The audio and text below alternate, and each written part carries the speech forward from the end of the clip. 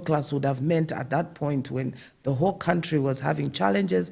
I remember us getting coupons for Millie Meal, I think because my father worked for a state enterprise, and we're being given coupons to go to a place when we lived in Roma, to go to a place in Roma to go and get a Millie Meal. So I really don't know, maybe just the fact that we're driven to school, we had a driver, yes. I went to a school, Lusaka girls then, with a lot of people, children whose parents worked in government or in parastatals or the private sector that we had at that point. But I think the challenges in the country were real. Of course, I'm grateful that I was lucky, thank you to God, that I was born to parents who had the opportunity to have an education. As part of the first independence, I think parents, like many other parents, and this is why I talk very much about the beginning, the school where my parents went, because I can really see the thread from deep in the valley, in the Luangwa Valley, to where I ended up, you know? Yeah, no. I noticed through your book that you actually have had a public profile way before ZNBC. You were playing tennis, you were playing for the national team, and you were gracing sports pages. Yes, I think the first time I appeared in a newspaper, I must have been about 15, playing under 16 tennis tournament in Lusaka, in the Copper Belt, various towns. I remember we played in Chingola, in Ndola, in Kitwe. I traveled out of the country to Zimbabwe, and I was a serious tennis player, playing with Liz Malevu. She's in the US, playing with Mlenga Chipopola, Kanyanta Chipopola. I remember there was Karo Mwila. There was even Clara Chansa, if you recall Clara Chansa, who later on became Clara Tembo. Yes, yeah. She's in the UK as well. So we played a lot of tennis at Lusaka Club, and it's a sport I'm still very passionate about. Just watched the US Open. Yes, so it's still a sport I'm very, very passionate about. I've been teaching my grandson, You gave up tennis because you're pursuing sciences. I'm not surprised that your PhD is about science, although you had abandoned the sciences in between, but you actually were very passionate about the sciences. I think with the right guidance, I think I always wanted to be a physicist. Even up to today, I think I'm very passionate about that field. My parents wanted me to be a doctor. You know, almost all parents at that time, they always wanted their children to be doctors. It seems to just bring such pride into the family. But I did go to the university first time, 89, 90, into the School of Natural Sciences. I've told people many times, my lab partner, I remember, in biology lab, was Dr. Desai. Yes. And I used to bribe him to cut little things for me, because up to today, I'm terrified of cutting anything. I remember my brother had an accident many years back, and I had to go and see him at UTH. He had hurt his fingers on his right hand. I almost fainted. So I always knew that no matter how much my parents were pushing me towards medicine, I was very faint around hospital. I'm so soft when it comes to seeing sick people in times of death. I'm very tough on other things, but very, very soft. You know, I'm the type that cries when I watch a movie about people being sick, dying. Yeah. So I knew that it wasn't for me. Your other love was ZNBC. How did you get to ZNBC? Well, I recall that as I was waiting to go to the university the very first time, I'm a person, and I'm still like that today. I can be watching TV, working on my laptop, researching on my iPad, Googling on my phone. I just like to be busy all the time. And you remember you'd finish school and wait almost 4 or 5 months to go to the university. Yeah. And I told my father that I wanted to do something. I just couldn't sit at home. And we had an uncle. Well, first, it's because I heard an advert on radio. Yeah. This was 1989. In 1988, Radio Mulungushi then had just opened. And I was sitting at home and I heard this advert on radio that they were looking for people to work on Radio Mulungushi, which was the first commercial radio in Zambia, music 24 hours, not even adverts at that point, just music 24 hours. And I told my parents, we have an uncle there. My father's sort of distant cousin, Mr. Dora Siliya, worked at ZNBC. And I said, I want to apply for this job. I want to go.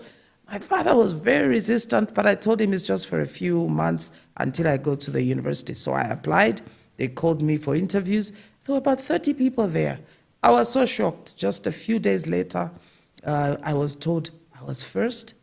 In terms of the interviews, they picked 4 people, and I was number 1. I had never worked on radio. I'd never worked anywhere. I'd never been a DJ. And I found it surprising but exciting, and that's how I met my dear friend, who's like my sister now, Grace Msumuko. I think it was myself, Grace, Eddie Kangombe, and Nipa Mweza. We're the first 4 new DJs on Radio 4 after sort of the old guard, the Peter Mwembas, the Sarah Mwanga, and so on. We're like the first new crop. Yeah. So I worked there for about 7 months or so and went back to the university, of course, in the process of being in the grown-up world, got entangled, and that's how I ended up having a child while at university. Now, when I had the child, I made a decision to stay at home. I wanted to attend to my child.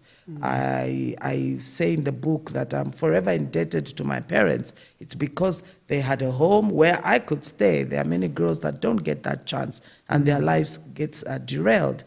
My parents were very disappointed. The disappointment I heard, especially from my father, made me make a few decisions, such as first, stay at home, look after my child.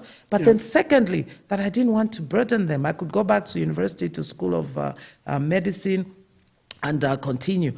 But I felt that, no, I was going to burden them. I felt so ashamed. And I decided that I was going to find a job.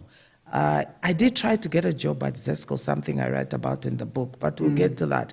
I decided after that failed that I was going to go back to ZNBC and get back my job on radio. They had actually given me a full-time job, but I just left and went back to university. I was so young. I'd always wanted an internship, but then they had given me a full-time job and I just left. So when I went back, I remember, I think then Frank Mtubila was in charge of, if I'm not mistaken, he must have been controller TV or director of programs. But I wrote an application.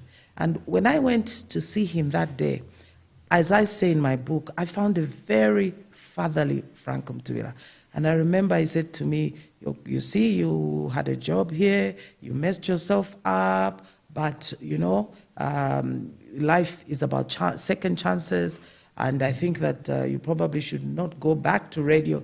I think there's an opportunity for you on TV, go to TV and start as a continuity announcer. I think the rest is history, and that is how it happened. They gave me a full-time job, and at that point, I even decided that I was not going to study medicine. I decided to go into school of mass comm. In fact, if you read the book, you were very flattering of Frank Mtubila, not as assumed by the previews that have been done. You know, I read both your earlier reference when you first met Frank and what was said by your mother about Frank. And you said, in fact, my mother should have warned me about girls like Grace. Yes. Because it's Grace who taught me the partying and the drinking. Yes. And then, you know, your regular places at Munis. Yes. And then after you finished school, you come back, you find Frank. And Frank is very gracious, very flattering, I mean, very, as you speak about him, very flattering, but very fatherly in his advice. And he actually made you switch from your radio interest to TV. Yes, he did. We've had lots of laughs about this, Frank and I, over the years, about that he gave me that opportunity. And sometimes you need to be in the right place at the right time. And the talent he saw in me that I could do well on TV, I think has played a big part of who I am today. I think TV gave me confidence. TV helped me to want to always speak properly, to want to always do my research in terms of going on TV programs, reading the news. So he gave me the opportunity, and I worked very hard after that. Yeah. There's a part in your book when you speak about death. First, you had that tragic death of your father after he was unwell fighting cancer, but also the tragic death of colleagues at ZNBC that you met. Very emotional chapters about colleagues. And what were your lessons? What were you trying to tell us? In the 80s, I think that we first heard about diseases such like HIV.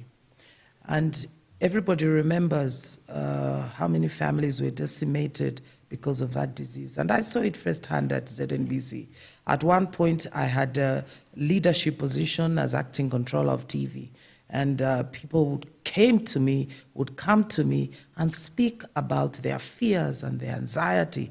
And I repeat those stories in the book, not out of malice, but purely to put context to what happened and that what is happening still today. I read recently a report about so many young people in Zambia being infected by HIV. I think they were talking about in 2023, over 23,000 young people were infected with HIV in Zambia. Just last year.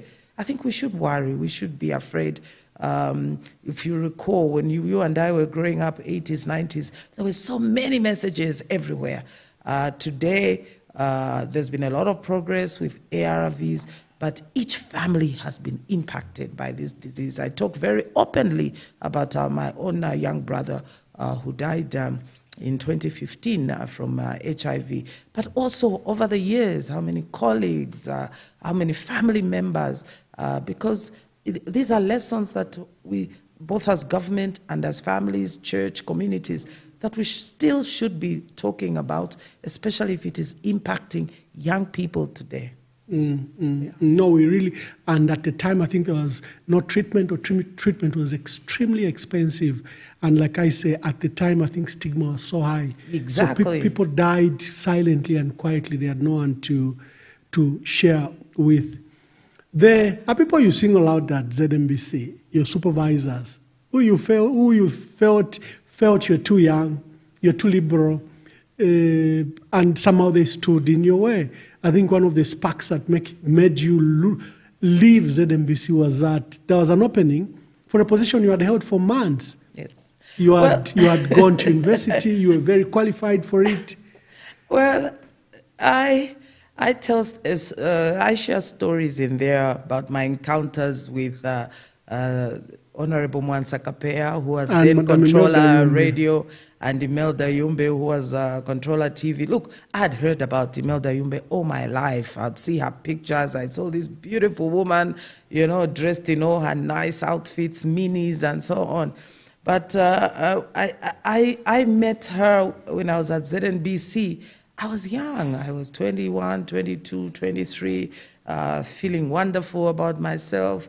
Zambia had just moved from, the unique days and the pioneers and so on. I was coming into this world as a young adult with the liberalism that MMD brought. We saw the change in fashion with Vera Chiluba, we saw President Chiluba bringing in the suit and the same color shirt, ties, and so on. So I was in that moment. There was no social media, but I wanted, there were magazines, there were books, there was TV. I was in that moment of fashion, and I think we just had a generation-to-generation clash. We had one particular incident where they were so upset. They said I was wearing a dress that was short above a suit skirt that was above my knees. Remember, I had lived with my mother all my life until I got married, so I'd always be leaving my mother's house and coming from the tennis club, always being used to wearing short skirts. I never found that an issue, wearing shorts and so on. So and your father, by the way, is very domineering in here, in encouraging you to be who you wish to be. Exactly. And not to be worried about what people thought, but about what you can deliver. Exactly. I see he was such a pillar in your life. My father, I think, lived before his time. While a lot of people talk about being liberated because they've heard about it from here or there, for me, I felt it in our house. I felt it from my parents that you're a woman, but you're more than that. You're a human being, you're liberated, and you have a brain, and you can think. I remember would be listening to the radio and would be discussing issues. But my parents were not politicians, but they were very politically aware. Would be discussing issues in the house, and with the children would be able to contribute, you know? So I came from that background where my voice would be heard. So when I went to ZNBC, that's what I felt, that if I disagreed with somebody, my voice will be heard. The good thing is that later on, they both became very good friends. And for Mwamba Kapea, we worked together at Parliament. We took a trip together to Westminster in the UK, I remember. And we had a lot of conversations about it. So it was just the specific time, the location. And I, again, share that story. I should advise readers of your book is that you tie every lesson, every experiential activity that you experienced to some lessons. It's not necessarily that you're saying it out of malice, no. You know, but there's some lessons there. Like today, we are talking about how fashion has changed today. I had a lecturer from, a researcher from Oxford University just a few months ago who came to talk to me because he said in his research, he found this issue about me having an issue wearing miniskirts at ZNBC. Yeah. And he said he was researching the change of fashion in media. So you see, these are real issues and we need to document them. And today, fashion has changed. The girls are wearing ripped jeans, they are wearing bum shorts, and you know what was probably seen as an inappropriate 20, 30, 40 years ago. The minis were there in the 60s. They sort of went away and then came back. You were such a rebel when your supervisors raised an issue about what they felt was inappropriate clothing. You wore even something skimpy and went to the Post newspaper, and you were a headline the following day. Yes. What was that story about, and what did you want to prove? Again, I just wanted to make a point about, you know, personal space for young women. My mother always says, look, well, she says it in Nsenga, but the direct translation is when you grow up, nobody has to beat drums. You will know yourself. What I wore when I was 20, I can't wear today. I know it myself as a grandmother, you know? So I remember when I decided I loved blonde hair because of Mary J. Blige.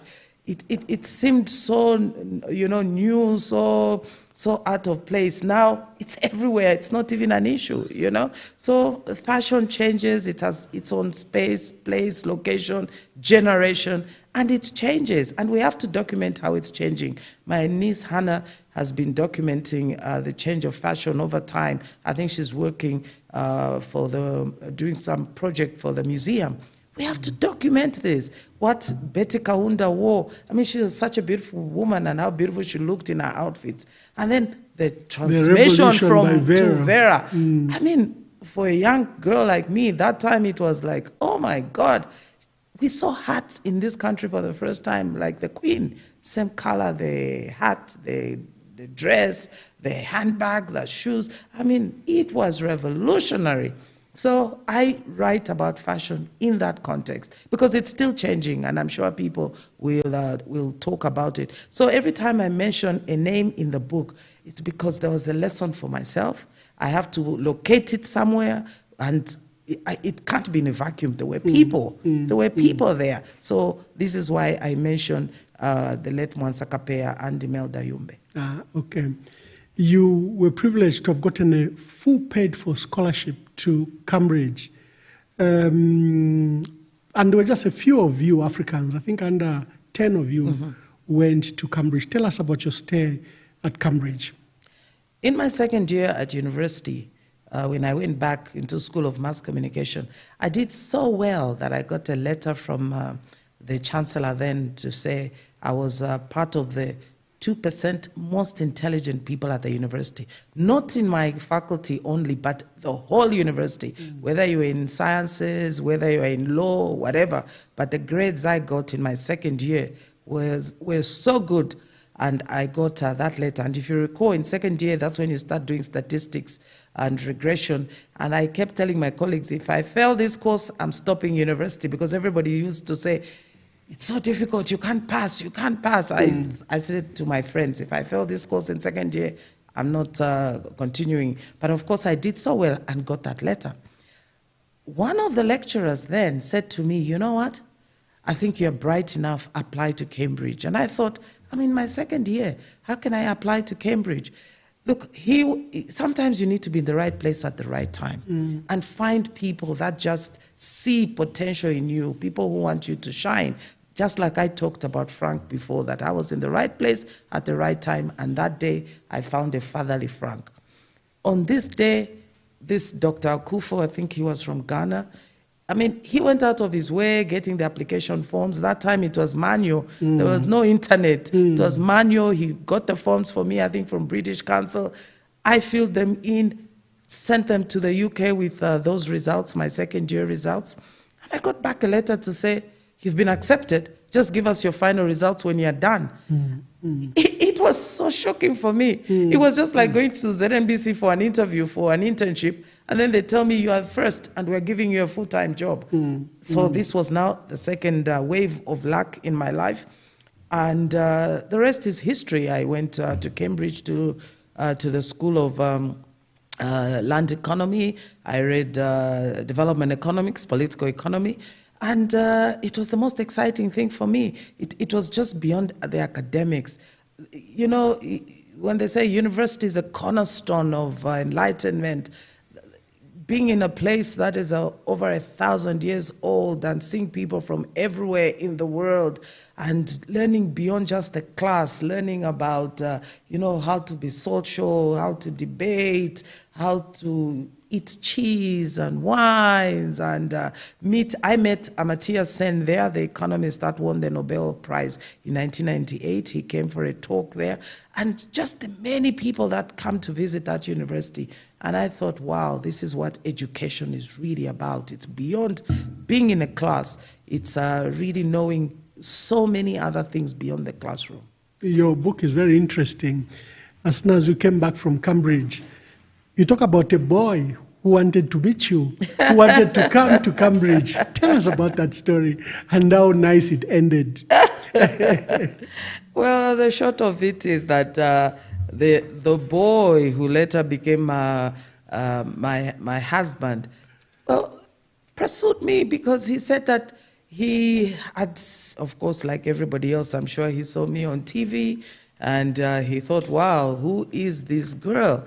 And at one point, he had considered coming to Cambridge to see if he could meet me there. But we met finally here. Why did you call him a boy? The way you introduced him. We were children. We were children. That's why I say a boy wanted to see me. We were children. You know, everybody has grown now. But at that point, like everybody else, my niece told me something a few days ago that really made me laugh. We were talking about my other niece who's 11 years old.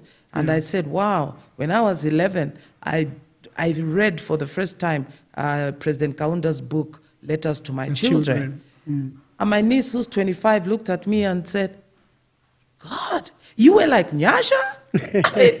she just can't process that her auntie, who's now 53, was at one point 11 years old. You know. So we were children also at one point, and that's why I referred to the beginning of the story in the book to say there was a boy that wanted to see me. Look, people will read the story, but I think what I was trying to put across there was the challenges of being young in Zambia, of being married, the pressures of being a woman who wants a career, who wants to progress, and the challenges of being in a marriage. Everybody knows the story that I'm not married now, we divorced. But I think that the reason it is in the book, again, it is not out of malice. It is for lessons for all of us to learn. I have agonized over how is it possible that my marriage would fail. I do so many things well. I see so many people, I would think, oh my God, how can that marriage be working and mine didn't? I have agonized over this for a very, very long time, but I found my peace and felt, look, did I make the right decision at that time? Did I make the right decision to do this? If I had not pursued my interest and decided, look, let me just pay attention to being married, would it still have survived? Would I have been happy? But would he have been happy? In your case, you had doubts from the beginning. You kept on doubting yourself if you were doing the right thing. Of course, because you had the career, you had the son. And I just come back from England. I wanted to do so many things. At first, I considered moving to South Africa to be on television. And then in the end, I joined the EU project for private sector development, and I was just getting into this space, you know, where I'm a young, educated person, getting paid that time a lot of money from the EU, and then suddenly I'm getting married, you know. So I think everybody doubts themselves when they're getting married. Is it the right thing? Is it the right person? And but look, I think the reason I tell the story and is to first of all, to express my own feelings about the marriage, about marriage in general, about how I organized about it, but also that others who've been through this, maybe they can get some comfort. I'm not perfect. I'm absolutely not perfect. Your and I'm feelings very clear are very honest in the book. You've put them out there for display. Of course, you've gone in some details about the failure of the marriage. But why I picked out that issue is that this was a momentous period for you because, you know, when you differed with your partner, you traveled to South Africa where you met your mentor and you were agonizing about your work and your marriage failing. And then he says, go to politics. Well, and maybe if at this stage you can mention the mentor because it does appear very often. Of course. Mr. James Ndambo has been friends with my family, I think since 1992, 93. Yeah. Yes. And over the years, with myself, with my sisters, we've had a lot of discussions. He was always, and maybe we gravitated towards him, especially after my father died. You know, he became like a father figure. And I think that we had a lot of conversations about me, especially, and where my life would be going. And so he hardly speaks politics. I do. And I think he would hear me all the time talking about politics, that one day while I'm sitting with him in South Africa and agonizing about, I don't know where my life is going, I'm not happy at work at the EU, which is another story I tell, and I'm not sure if I'm happy in the marriage either. And he says to me, he's usually a very straightforward person and just says, you know what, instead of wasting your time, agonizing about this or that, things you don't have control over, why don't you just go into politics and run for parliament? Yeah. This was 2001, and I said to him, oh no, I want to run for parliament in 2006. I was very clear that I would run in 2006. But he said, but why not now? And then I said, and now if I run, I remember I even said, if I run now, I might even lose because, you know, I don't know anything and anybody. And he turned to the wall on the right, and he said, look, you are here. Whether you win or lose, you still be here. I was sold. Yeah. I was sold. Of course, I lost the first time. But I was sold. No, from that conversation, you seem to have taken it seriously. But of course, you are the detour. You got a job at the private sector development program. Yes, PSZP, that was the EU where job. You actually even met Hakainde Hichilema because Grant Thornton were managing the is it $35 million fund? More than that. Yes, we had a $10 million fund. But when you went to PSDP, I think it introduces you to national development. Yes. Because in the book you narrate how you drove across the country. Just speak to that program and how instrumental and important it was and the location of it in the life of our country. Until I joined the PSDP, the EU project, I think I'd only been to the Copper Belt to play tennis as a teenager. And then, of course, in my early 20s, I visited Livingstone, went water rafting, and so on. As a child, my parents took me to Petauke, but then I was a child, I really didn't recall, and we didn't stay long. I think we went for a funeral when I was about 9, 10, and then much earlier, I think when I was about 5. So I really didn't recall going to Petauke. So you can imagine how sheltered my life was. Until I was about 29, I had not really gone anywhere in Zambia. Suddenly, Yeah, you say earlier in the book, you say your father only allowed you once to go to the village. And like many parents, Yes. they were very sheltered. They didn't want, my sometimes. parents never even allowed us to go and sleep at relatives' houses or friends' houses and have sleepovers.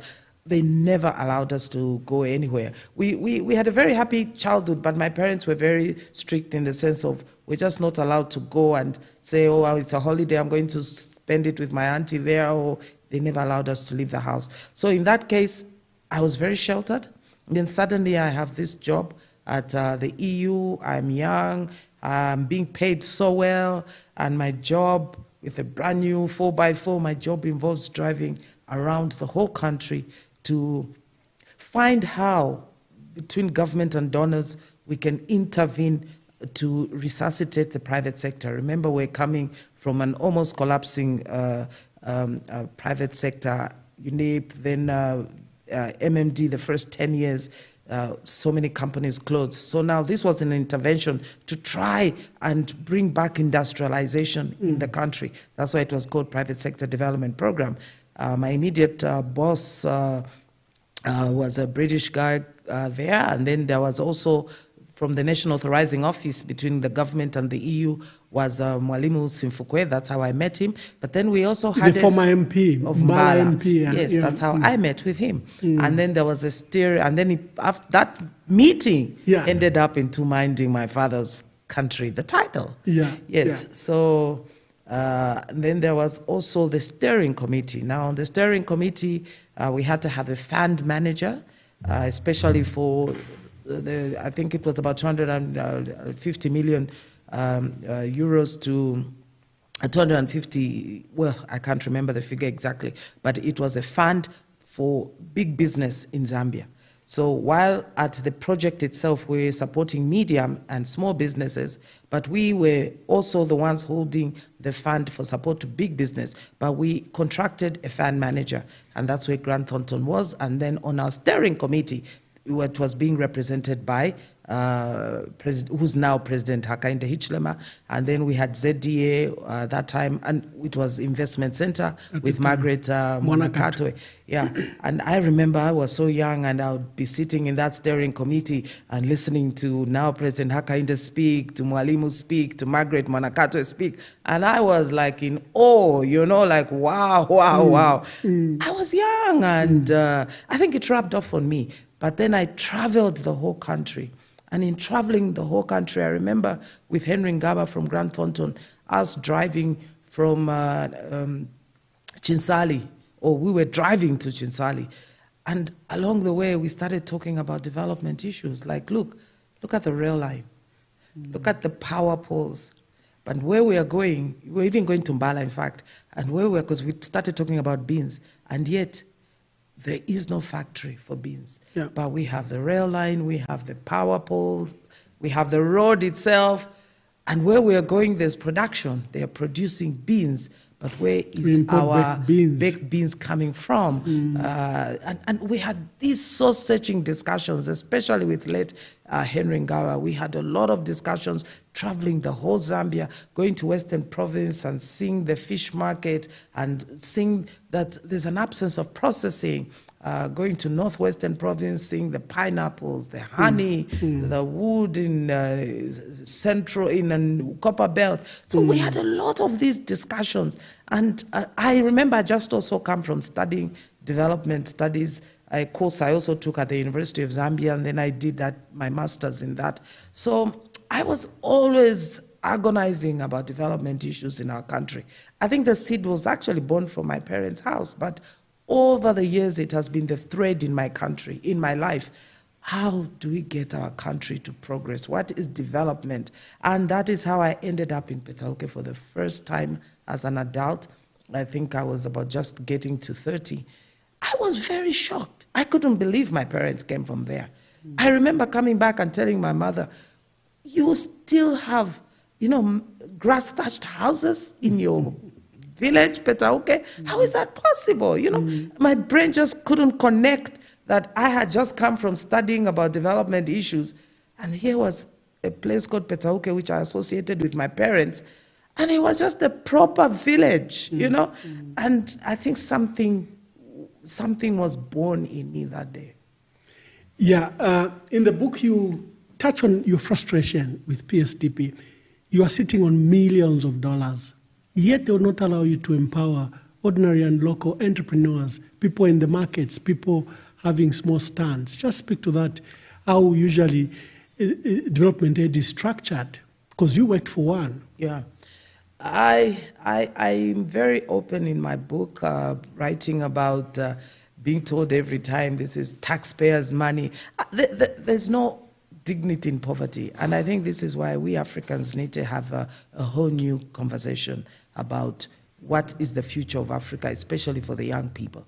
I think that whether it's through the AU, through SADC, we need to have a new conversation about really translating our resources into wealth, because that is what it should be about. There just is no own dignity in poverty, especially at a national level. Because you were frustrated. They would pay for the workshops. And working, they would pay for accommodation. Yes, and working they would pay for the food. I mean, we are working for this 10 million euro project, and my boss is always telling me, oh, you want workshops? Oh, yes, we'll pay for the workshops, we'll pay for the food.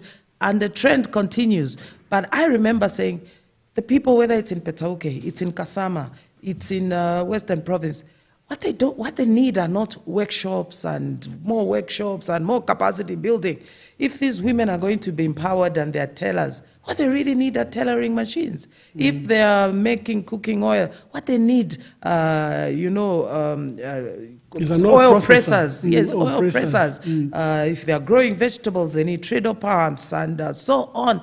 So I started getting into this conflict with my boss at that time. And I felt very strongly, this is my country, and I know what we need to be doing. This money, I've heard of many projects where money comes in the country, but for lack of uptake, it goes back. Or for lack of publicity, very few people know about it. I took it upon myself that I was going to go the whole country and publicize the project and tell people there is money here, and this money is for you, the people. It's not just for the people in Lusaka. I'm always concerned about the duality of our country. That, like, if you live in urban areas, your life is so different from people. People in rural areas is like they're in another country. It's like they're totally in another country, and yet we're supposed to be one country. I've always called When you live in Lusaka, you think Lusaka is Zambia. Exactly. Until you step out. Yes, and I've always called for a Marshall Plan to develop rural areas, because it is that potential that will result in wealth creation, in job creation for our people. So the part of the project that was to support small businesses, I personally took it over and felt very strongly, and that's how I went around the country. I have been, I think, almost to every district in Zambia. And I'm very proud. The viewers might need to know that you actually many times drove yourself there. A woman driving. I remember arriving, those long stretches. I remember arriving in many districts those days, including in Petauke. And kids just in awe, come and see, a woman is driving, a woman is driving. And I mean, it was so strange for me. And it showed me that we just have to do so much. You know, if we can talk about Petauke a little bit, one of my issues in the time I spent in Petauke was always that let the children believe that it is possible because they see me. And when a father would come to me and be so angry that there's no school in his area, and he would say to me, because I also want my daughter to be like you, Dora Siliya, I did everything possible, even if I have to call every friend of mine to say, government has no money, but we need to build a school. We need 200,000, we need 300,000, we need 80,000, whatever it is, we need to build, even if it's a 1x2 classroom block, even if we have to find a teacher in the area.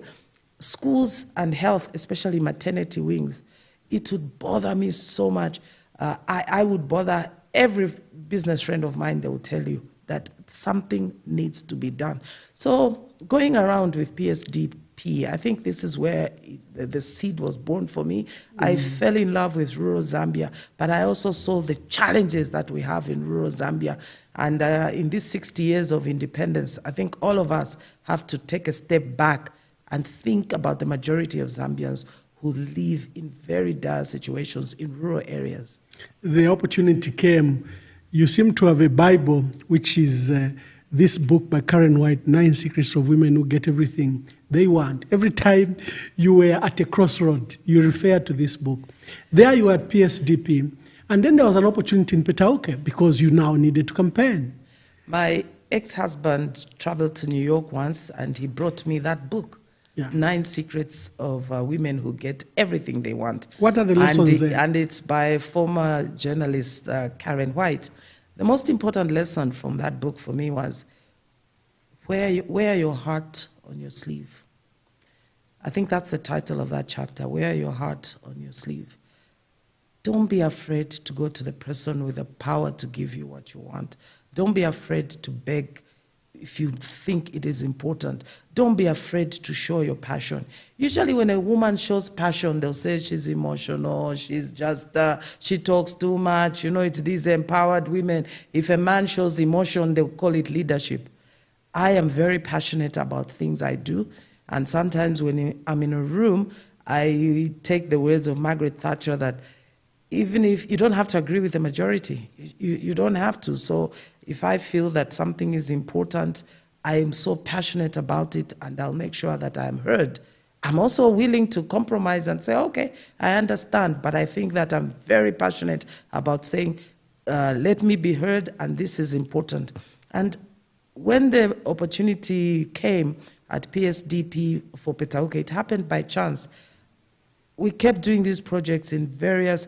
Let me take a step back. Why Petauke with the project? There was, if you recall, Max Sesichula was chairperson of the Zambia Association of Small Business, the Chamber of Small Businesses. And when we were looking for projects we can support, he said to us, in Petauke is one of the best small business associations there. And there's a guy there called Willis Piri. Everybody called him Brother Willis. You should go and see him. We actually went together with my boss, arrived in Petauke. There was no coffee, there was no TV. And I was like, what are we doing here? We were staying at the Nika Motel. It was the only place to stay in Petauke in 1999, 2000. And I thought, oh my God, this is a village. The council owned... the council owned lodge. Yeah, but in the end, when we met the group, we were very impressed. I mean, they were, of course, Brother Willis is a businessman, so he provided the leadership for his associations. And it is because of that that I engaged with them a lot. And they basically started hinting about, it's somebody like you who should be an MP here. I think they were making these hints.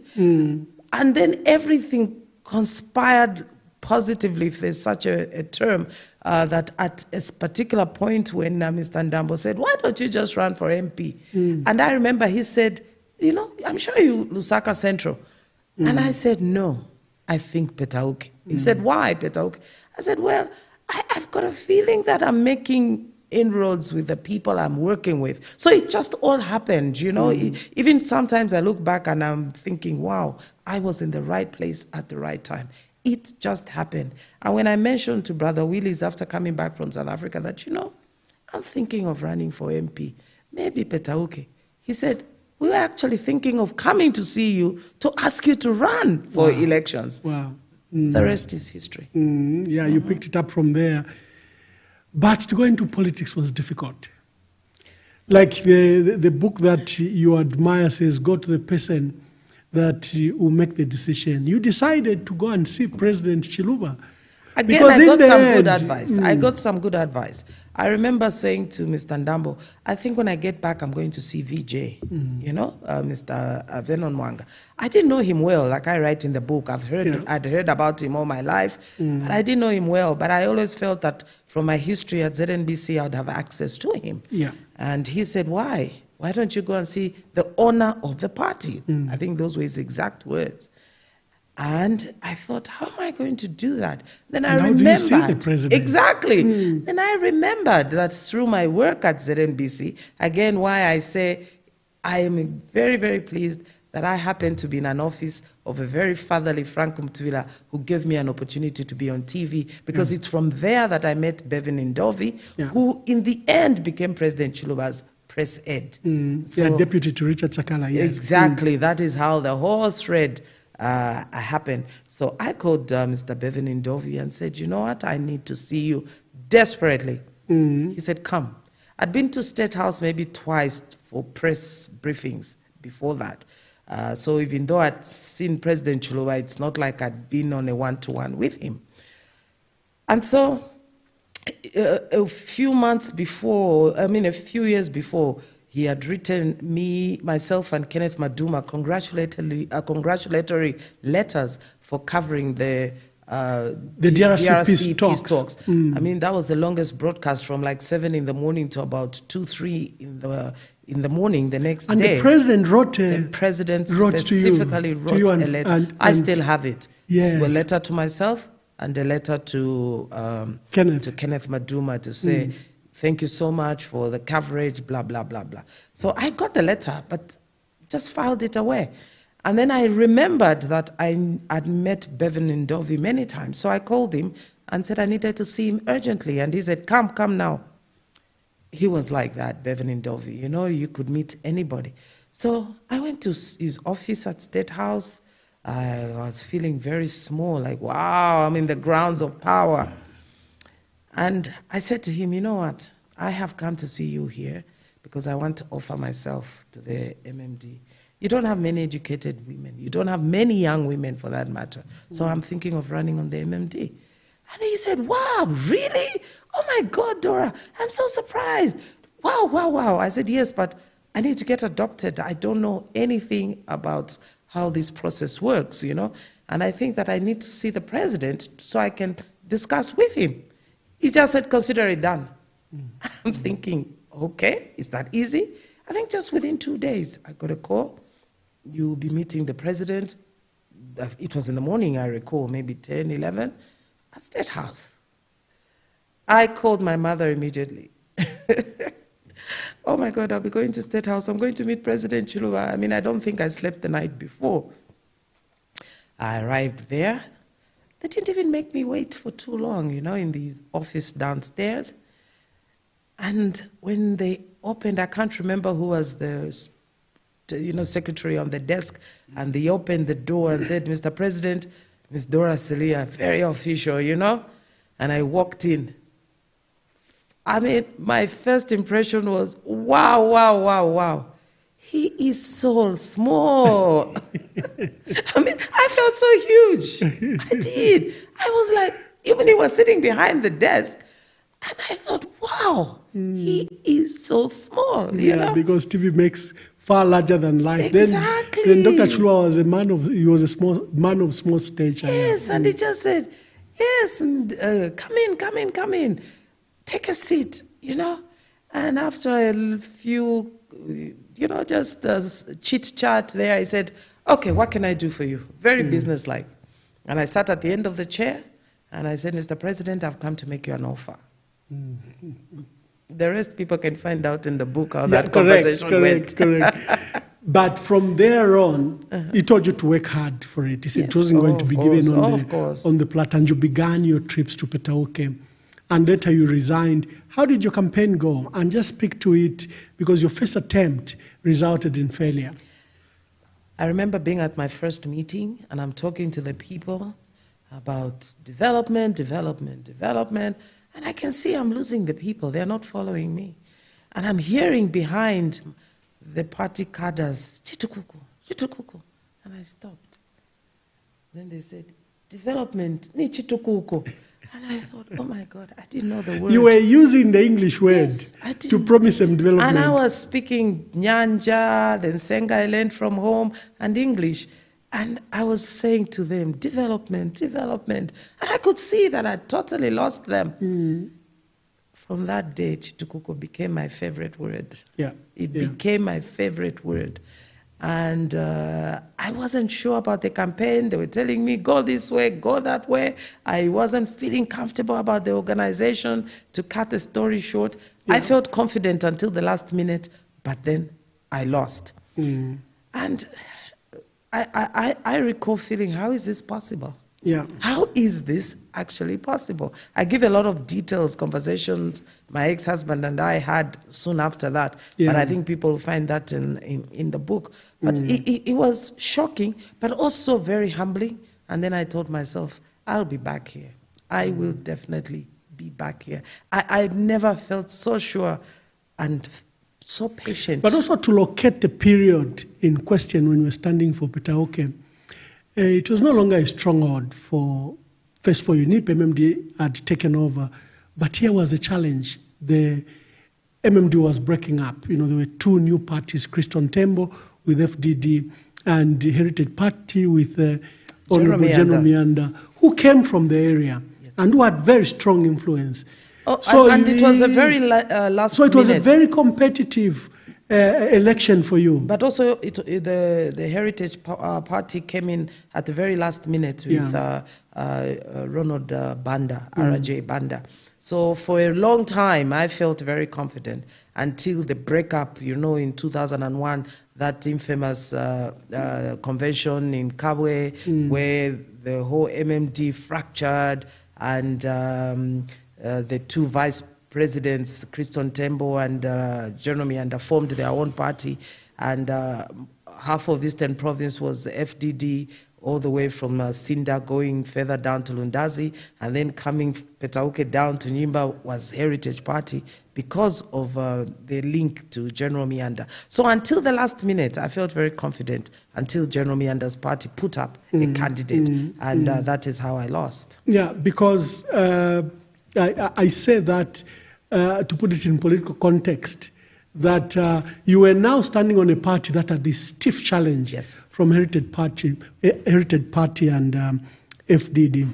You lost. What next? A few things suffered there. Tell us. Well, I just remember 2 days later, I met with President Mwanawasa, and he was very, very sad, disappointed. We met at their house then on Kudu Road in Kablonga. I remember there were lots of people, but he saw me, and I remember he said to me, if you had won, I'd already made you the Minister of Information and Broadcasting. Wow. And I thought, this is 2001. Yeah, exactly. And I thought, oh, okay, wow. Anyway, I'm going into diplomatic service. I always told my friends that I would be a diplomat one day. And as we talked about it, we thought, you know what? Yes, maybe that is something that we could do. Yeah, when the readers read your book while you were in Kalundu, most of your neighbors were diplomats. Exactly. From other countries. You had friends whose parents were diplomats. So you admired that space. I did. I always felt that I'd be a diplomat one day, growing up with children whose parents were diplomat. I remember both in Kalundu and in Kablonga, and even in Roma, actually, you know. So I always felt that I probably would be one. And I remember even reading Vijay's book as a child and hearing my parents talking about him having been a diplomat. The word just sounded so beautiful to me, you know. So anyway, to cut the story short, I had a conversation with President Mwanawasa, and the rest is history. You went into diplomatic service. One thing people will find when they read the book, and that's why I enjoyed the piece of book, is sometimes we're having the second bite to those headlines you hit. You know, for example, the carjack with Jeff Samkonga. Yes. And then you went to Egypt, and everything came together like you had abandoned your husband. Just speak to that. Up to, you know, I hadn't thought about the incident of being in a car hijack for a very long time. Yeah. And when I started writing the book and it came back to me, I just felt exactly the same way I felt on that day. Really, really terrified of what could have happened. You know, the fear of where it would have ended up. While we were separated, my ex-husband and I was living with my mother on Great East Road in Waterfalls. And all my life, when my parents moved there, we were always friends with Jeff Samkonga and his family cousins, the Kawanus. Yeah. If you remember, the wife was even my chimbusa during the wedding. The wedding. Yes. So it is from that background that I tell this story. Now here I am, a young lady, lost elections, not sure what to do. By this time, we're actually separated with my husband, and I am reading a book. I told my mother, I need to go for a drive, and I went to the Barn Motel, and I remember seeing a very nice BMW X5. You know, they had just come into the country. And I saw the Your father taught you how to drive when you were 15, 16. Yes. So you've always loved cars. I love cars. I've always loved cars. And I love long-distance driving. So I'm seeing this beautiful X5. Well, BMWs are not for me. But I'm looking at this beautiful car, and I can tell the number plate. This is Jeff Samkonga's car. But I go and sit at the pool, and I'm reading my book, as usual, you know. And a waiter comes to me and says, oh, your friend, Honorable Samkonga, is at the bar on the other side. He had just been elected as MP, I think, for Chawama. Chawama, yes. You know, and we told him you were here, so he says, come and have a drink with him. So I get there. Oh, so I said to him, okay, that's your car, right? Oh, yes, that's my car. And I'm saying to him, I need to have a ride in your car, a feel in your car, you know. But anyway, again, people read the details in the book. But to cut the story short, there on Bujimfumu Road, it was just about 18 hours as we drove on Tito Road to turn right on Bujimfumu Road. Suddenly, I heard the lightest bump on the car. And all I thought was, oh, my God, Jeff is going to go crazy. This is a brand new car, and somebody has hit him, you know? And he stops. Before I could even think about it, I turned to my left and saw somebody standing by the window. My brain couldn't accept it. I knew that I'm looking at this guy, and he's got this long gun, but my brain is refusing to process it because I'm asking, why would somebody be standing by my window with a gun and is using it to hit the window, you know? Like, open, open, open. And I'm thinking, why? Why? Open, open, you know? And I opened the door, and he's dragging me around, and I find, I mean, it happened so quickly. I found they have beaten Jeff Samkonga is on the ground, and I'm asking them. It's so strange. It must have been, adrenaline, because I'm asking them. And I realize there are 3 men with 3 guns. And I'm asking them, why are you beating him? What do you want? If you want the car, just take it. Just take the car. And they're just beating him, you know. And then the other guy says, put her in the car. And I open on the driver's seat, but the passenger seat behind. I open the door, it's locked. I try to open it again, it's locked. And the guy says, get in, you want me to shoot you? And I said to him, but the door is locked, can't you see that? Why don't you just get the car and go? You know, he has told you there's no immobilizer. In those days, people used to have immobilizers. There's no immobilizer, just get the car and go. And one of them just says, you know what, guys, let's go. The guy who was in the smaller car, the Toyota, I guess, the 3 guns, they go, the other 2 gentlemen jump in the car, and they sped off. And then I felt like I wanted to collapse. Immediately I fell to the ground because the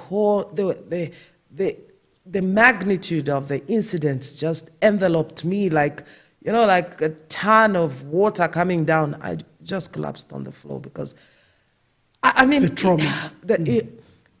1 week later, I remember waking up in my mother's house and just throwing up in the middle of the night. I was just so traumatized. I don't think I slept for the next 2 months until I went to Egypt. It was just so traumatic for me. Then I understood what people mean when they say you can have post-traumatic stress and you need to where be you're able, reliving the same experience like it's just happening. And I see that up to now I have such a fear of the night. I like to have the TV on, the light on. It has left such a lasting impact on me. It was just the most traumatic experience. Oh, now I kept thinking about how would have my son have known that I was just reading a book somewhere. And I said to a friend, oh, let me get a ride in your car. Let me just feel it. I actually left my own car there. And it was just a ride. And it would have ended up in this horrific incident, because I don't know what would have happened if they had taken me, or they could even have shot us just there. Yeah. You know, so in fact, that's the reason you bring this matter of Mr. Sam Konga in the book for that purpose, to speak to that. Yes. But of course, the headlines were different. The country didn't know that you had separated from your husband, because you're being a public figure. Your marriage, your wedding was a public affair, you know. And then you report to Egypt, and then you have headlines back home that you are appointed as a diplomat, Deputy Ambassador or Minister Counselor in Egypt, and you've left behind your family. You've left behind him. So the country became aware that the rosy marriage wasn't as it was, and then they located this incident with Jeff Sam Konga with suspicion. Yes. Yes. Well, look, even as I keep referring to my ex-husband now, it is purely it's not out of malice, really. It's purely to add context to my life, because this happened to me, and these were the issues around me at that particular time, being separated, being in a car hijack, and then ending up in Cairo. And I had to explain this story. I mean, of course, I had to explain to my ex-husband that this is what happened. If you hear this, this is the story. And I think he believed me. And I repeat all these stories not out of malice, not to embarrass anyone, but to be authentic with my own story.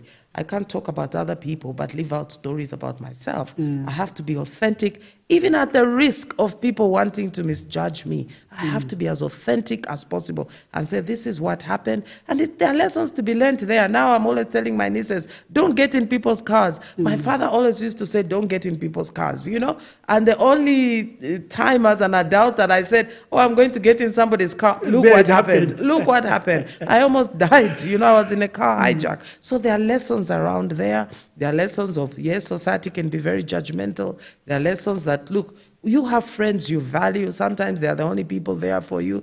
There are lessons that, my ex-husband and I have been divorced for a long time. I'm only talking about him here in that context to explain the story. He has moved on, and I'm very happy for him. And I've always felt really, really bad when he's been brought into my life, especially in politics. And that's why I felt that I needed to tell the story myself, so that he is not misjudged, he's not abused, because sometimes I felt that the media have abused him to try and get at me. So I felt that this is why it is my story. I give lots of details. People in will fact, find in the book. Your ambassador, who's outgoing, Colonel Bizwe Nkunika, in Cairo, when you explained the trouble, because you had just arrived and there were these stories back home, he said, just do your work, concentrate on your work. And you are soon leaving, and you remained now as acting ambassador. Tell us, because now you are head of mission, and you made the spark and impact in Cairo. Before your new ambassador later came, Honorable Gabriel Maka, the former minister. I write, I think it's on page 211, about a conversation between myself and my driver in this country about our beliefs in witchcraft. Yeah. My very first week in Cairo, the first secretary political comes into my office and says to me, don't drink tea here. Now, I have just left my family in Zambia. I'm very close to my mother. I am still separated. I'm with my son in Egypt. And I'm thinking, I'm going to start a new life, especially after the hijack. And he says to me, don't drink tea here. These people are very bad here. And I'm asking myself, who are these people who are bad here? There are only 7 diplomats here and about 5 local staff. So who is bad here, you know? And he says, especially from the secretary. Thinking, how can I not drink tea from my own secretary, you know? So I made a decision that we were going to have bonding meetings. And every Monday I introduced, which every ambassador who came after that continued, that every Monday we're going to have 2 hours, 8 to 10 of meetings, and we're going to have tea together, because no meetings happened. When I got there, I found out they never had meetings. Families were so suspicious of each other. And I said to myself, no, I'm not going to leave Zambia. Come here. There are only you, the 7 Zambians I work with, and then I'm going to be suspicious of you? No. So we arranged that every Monday we were going to have coffee and tea, and would lay out the coffee and tea on the table so that everybody could see that we're using the same flask Cups for and water, food. same sugar, so that nobody is suspicious of anybody. He never drank his tea. He made it all the time, but he never drank it for all the time that he was at the mission. So to me, that was the first lesson. And since then, again, I tell that story. In the book, I mention names, but I tell that story that since then, this is a thread I've seen in offices. There are always real stories about witchcraft, about bewitching each other. And I refer to a very particular story with my driver once as we drove to Kasama, and we hit some chickens. My driver felt that he was already dead because he says, "Here, madam, there are a lot of witches. You kill somebody's chicken, they will bewitch you." You have to stop. You My have to stop and see the was owner. just so upset, you know, and I couldn't believe it. I just could not believe how scared my driver was. No, I personally also experienced that with all my drivers, whether we're from Northern Province or Eastern Province or Western Province. When you kill an animal, you know, you hit an animal, a chicken or anything, you have to stop. They believe it so much that you might have a puncture or an accident. So to settle the anxiety, and because it's in the mind that you can have an accident, if you don't atone for that animal you have killed, you have to go like your driver did, look for the owner, or on your way back, look for the owner, pay for the chicken, and you know. But what surprised me is that once we ran over 5 goats. The 5 goats we still paid are the owner, but the owner still wanted the goats, you know. I said, oh my.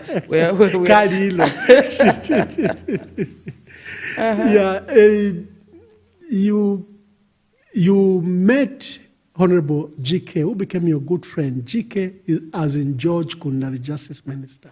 So while you were in Cairo, you hosted them, and you hosted the First Lady. There's a nice episode there where the First Lady, Madam Maureen Mwanawasa, didn't appear to understand her role, and you had to navigate your way because she thought she could be with heads of states. Just speak to that particular part. I think that that is our national problem, that is a government problem. I think that we must prescribe very clearly what roles are, whether it's the office of the president versus the office of the First Lady. I think that as a nation, we probably still need to have this debate further on what the role is and what that office means. And I explain in the book that I experienced it firsthand. Again, I don't want to sound as if I am talking about her in bad light, but it was just trying to explain the challenges we had. You know how I got it? Is that, for example, when our ministers and president are elected, probably we need to do workshop for them. Let's not assume because they are elected, therefore they know government rules. But also, let, for example, the First Lady or the wives to the ministers. I've seen wives to ministers get a government vehicle, yet they don't have a government license to drive those vehicles. So for me, I locate it in that light, that there's a big gap. There's a big gap in terms of orientation of people, and that there must be a tradition of what happens in government, whether when new ministers come, when a new First Lady comes, what happens, what are the traditions, so that there's no confusion. Because in this particular case, the confusion was that I had a minister who was representing the president, and I had the First Lady, the wife of the president. So who is taking seniority here, you know? And it was very difficult. Because this was a peer review mechanism meeting, and it was for heads of state summit. So who takes that position? Is it the First Lady, because the president didn't come? No, or is it the minister representing the president? I had to explain that. So you did a good decision there. I had to make a decision and explain that, look, it's the minister who is representing the president, who is going to sit in the meetings of the president, and not the First Lady.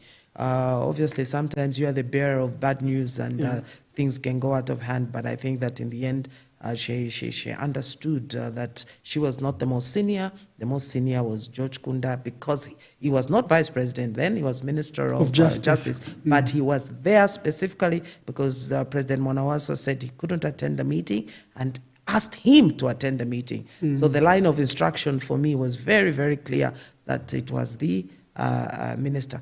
You know, some of these stories that I'm sharing is because as ministers, people see us on TV, they see you opening workshops, they don't know the everyday issues that you face, you know. There are everyday issues that you face, decisions you have to make on a lot of things. And I thought that by sharing some of these, people in future will actually learn. I say that I felt that Vera did the right thing. I call her Vera, of course, but it's the former First Lady.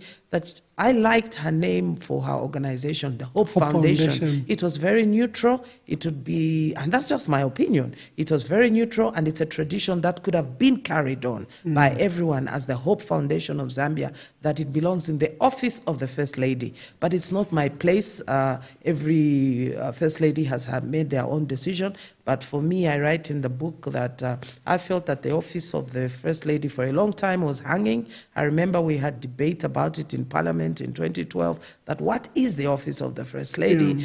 Should it be remunerated? Should it be put on, should it have a space in the statutes of government that this is an office, it actually is supported by government?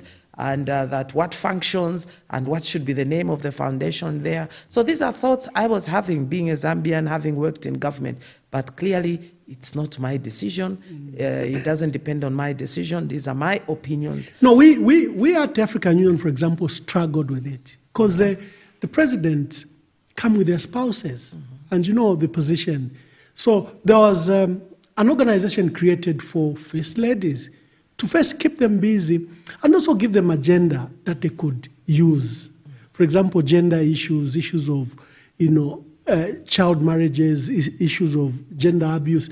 They now have officially an agenda that while their spouses who are presidents are dealing with the issues of Africa, the First Ladies also do meet. And in many cases, they even have budgets where we support them, that this will be done through the office of the First Lady. In fact, and they have a very important role to play. Yes. It's just that at the it has point, to be prescribed. Yes, at the point I was I like writing. your prescription where you say, why not take, for example, the idea of Hope Foundation, that it is located permanently at State House, that whoever becomes the First Lady then does this charity organized, and charity works for the country as a whole. And the reason I say that, I think let us put this in context, is that I said I fear that every time a First Lady comes and the association is in her name, or his name for that matter, it will die as soon as they leave office. And this is what happens again in government. When government changes, some projects die. And I said I fear that the work that is being done by the First Lady is very good work, like you talk about, championing girls' issues, science, and so on, that work dies. Because now you look back, where's the history of the work of Hope Foundation? Where's the history of the work of Maureen Mwanawasa Foundation? Where's the work of the history of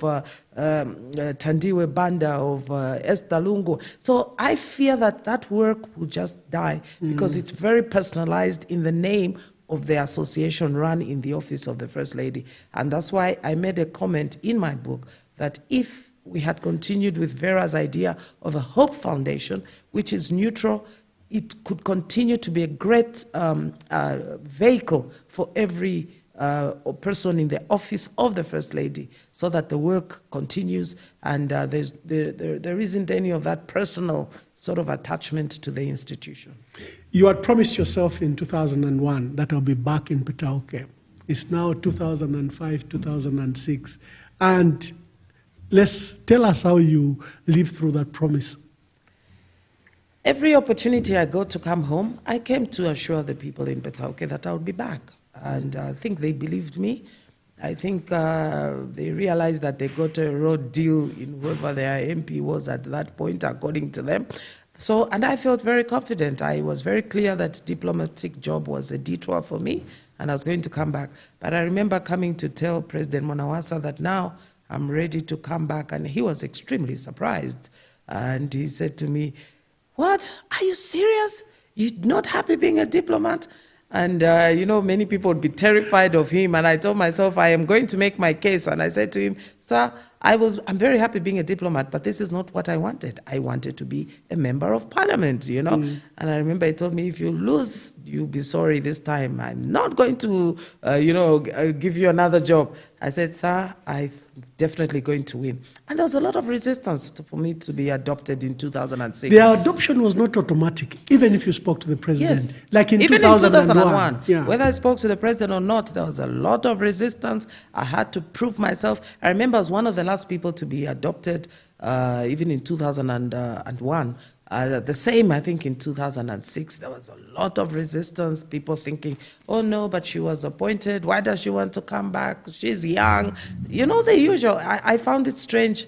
I still find it strange how many people at every point have referred to me as, no, but she's too young, or she's too young for this. So anyway, to cut the story short, I was adopted. What did you do differently in 2006 in your campaign, learning from the mistakes of 2001? I took charge of my campaign.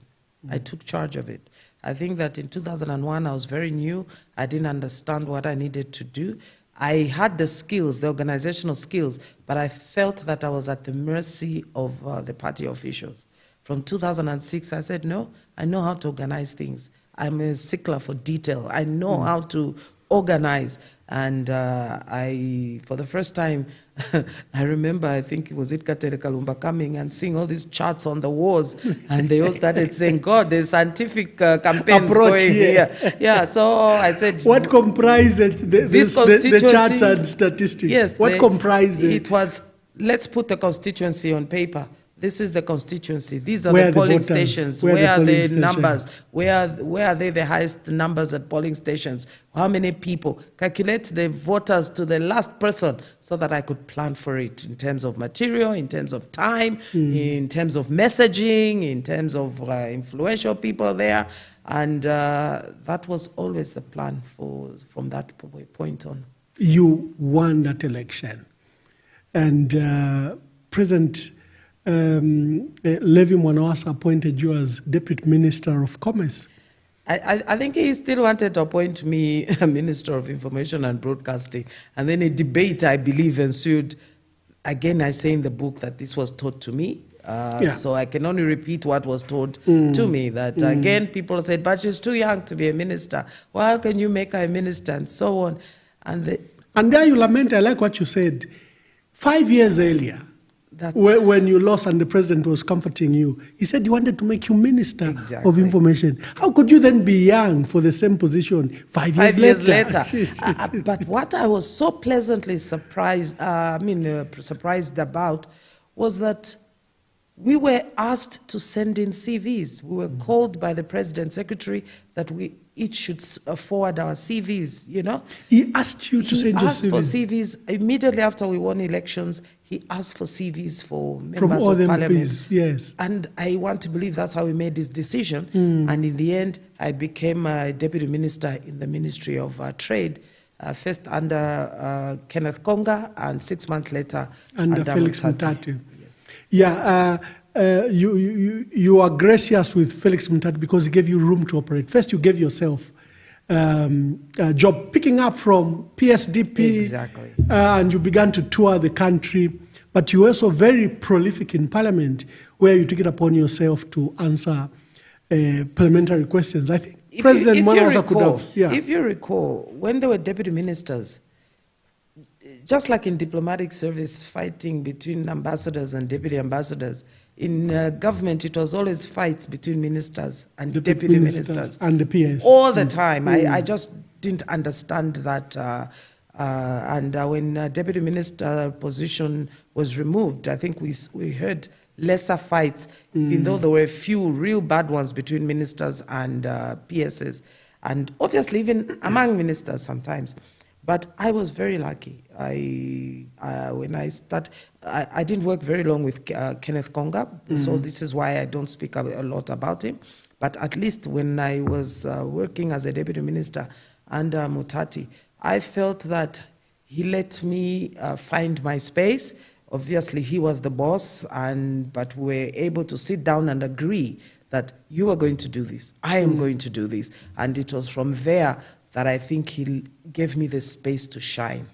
I really think he gave me the room to to do what I liked best, and that was to be on the floor of Parliament especially, and to respond to questions on trade issues, on industry issues in the Ministry of Commerce. And President Mwamba must have seen, especially your parliamentary responses and activism, and soon he appointed you as full cabinet minister.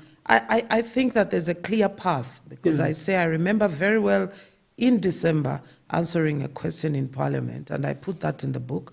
And once I had finished, the speaker then, Emmanuel Mwamba, he always used to make me feel like a student, you know. Yeah. He was very officious. Parliament was a place to be, to be viewed with reverence. It felt so important. And I remember on that morning, he said, I wish that all the honorable ministers would answer questions like the Honorable Deputy Minister of Commerce, Trade and Industry, Honorable Dora Siliya. And for me, that was the best compliment I ever received from Parliament. I mean, the Speaker singling me out, and I'm a Deputy Minister, but he's talking about all ministers, including Cabinet Ministers, that I wish you would all pay attention and answer questions like the Deputy Minister of Trade and Industry. 2 months later, I was promoted into Cabinet. Cabinet Minister. There's a lesson there. You pick up, and I want us to discuss the sale of Zamtel, because this haunts you for life, the decisions you began to make under President Mwamba, and later to President Mwamba, up to President Rupiah Banda. But there are two ministers you mentioned, and someone, when they read the book, they can get the conspiracy against you.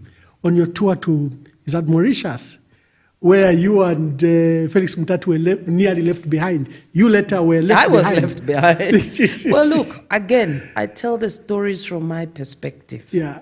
And I can only share what I saw, what I felt. Again, it is not out of malice, but as we work with people, things happen, and you have to try and explain to say, what happened here? And I have to locate, this person was there, this person was there. If it was a conspiracy or not, it's up to the readers to judge. In fact, when the newspapers learned about that you had missed a presidential plane, you could imagine the speculation. Of course. Where you two drank, where did you just oversleep? There was a plane, all of you with the president. How did you miss it? And then the surprise issue is that you were never fired. Well, again, I explained very well in there, and this is why I have to name people to be authentic, that this one was there, this one was there, this is what happened. From my perspective, I have to name people, I have to provide a location, a context, that this one was there, this is what happened, but it only happened from the way I saw it. So I have to explain, these were the chain of events. If George Lumanda, who was there, says, no, this is not how it happened, then I would take responsibility for the omission. No, I once criticized Honorable VJ in some write-up. Then his answer was very classic. Look, if Emmanuel has another alternative, let him write. This is my perspective. And exactly, you can't make your truth my truth. You cannot make your truth my truth. It has to be my truth. Yeah. If I say my brother was so upset with an uncle when my dad died that he took out a rifle, I mean, it's what I remember. If my brother said, no, that's not what happened, well, then let him write it. He took a knife, or he didn't even take anything. That is his truth, And with passage of time, you have to try and remember. Of course, maybe I don't remember everything correctly, but at least I remember what I felt so strongly about, and I tried to explain from my own perspective that I think this is what was happening. There's always a backstory. Why was this happening like this?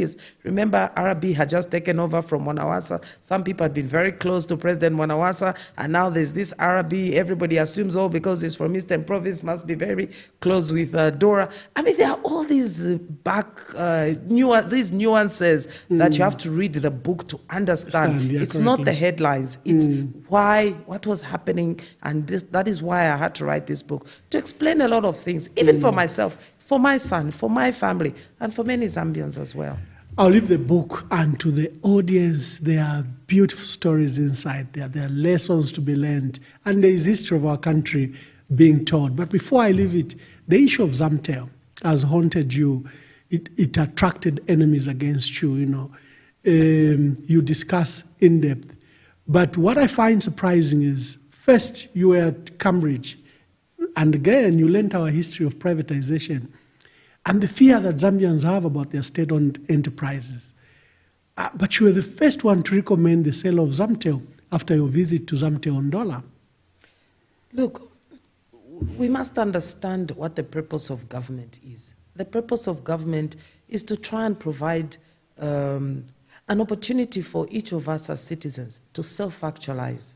Each one of us to have an opportunity to pursue happiness, for our families to live well, and so on. That the purpose of government is to provide those public goods, you know, that we should all benefit from. And I think this is why the MMD, in the beginning, in their own wisdom, said, if we are not benefiting from the public goods, the mines, maybe we need to find another way so that we can benefit. And that was the golden goose, the mines. And government was still able to say, look, if the mines is located in the copper belt, somebody from Shangombo is not benefiting through service delivery, through building of schools, because there are no dividends coming, because we don't seem to be managing them well. Maybe let's find another way so that we can get taxes, so that even the person in Lundazi, the person in Kawambwa, the person I'm trying to think of in the valley in southern province, in Gwembe, that somebody there can benefit through provision of water. So for me, it was on that thinking that, look, here's an institution, Zamtel. The MD is telling me that we are going to be spending $38 million, I think. At that point, he made a statement. That's what we'll need to stop it from collapse. But there is no money. There is no money. So we have to ask ourselves, what ministers are not there to fold their hands. They are there to be innovative within the law, to find solutions to problems so that Zambians benefit from these things, their assets and their wealth. And it was clear that if this had been done with the mines, and I had a discussion with President Mwanawasa, and President Mwanawasa said, and go and consult with the Minister of Finance and with the Minister of Trade, and the Minister of Finance and Trade were very gracious and wrote back and said, yes, I think. And for Minister of Finance, it was very clear, Honorable Magande, that we have done this already with Zanaco anyway. And Zanaco is doing well. So if we've done this with Zanaco, why shouldn't we do this with Zamtel? So that we are able to support the citizens. If it's not paying dividends, then it's a burden on the people of Zambia, because we are taking money from hospitals, from schools, from rural areas to put in a company. Yes, it might employ 2,000, 3,000 people, but in the scheme of things, against 20 million Zambians, it's not beneficial if there are no dividends coming out of there to support the Zambians. So this was not a decision made by Dora Siliya. This was a decision made with consultation with my boss, the president, with consultation with key ministers, the Minister of Finance and the Minister of Trade, and then finally, that how do we get there? We can't get there because these industries are very technical. A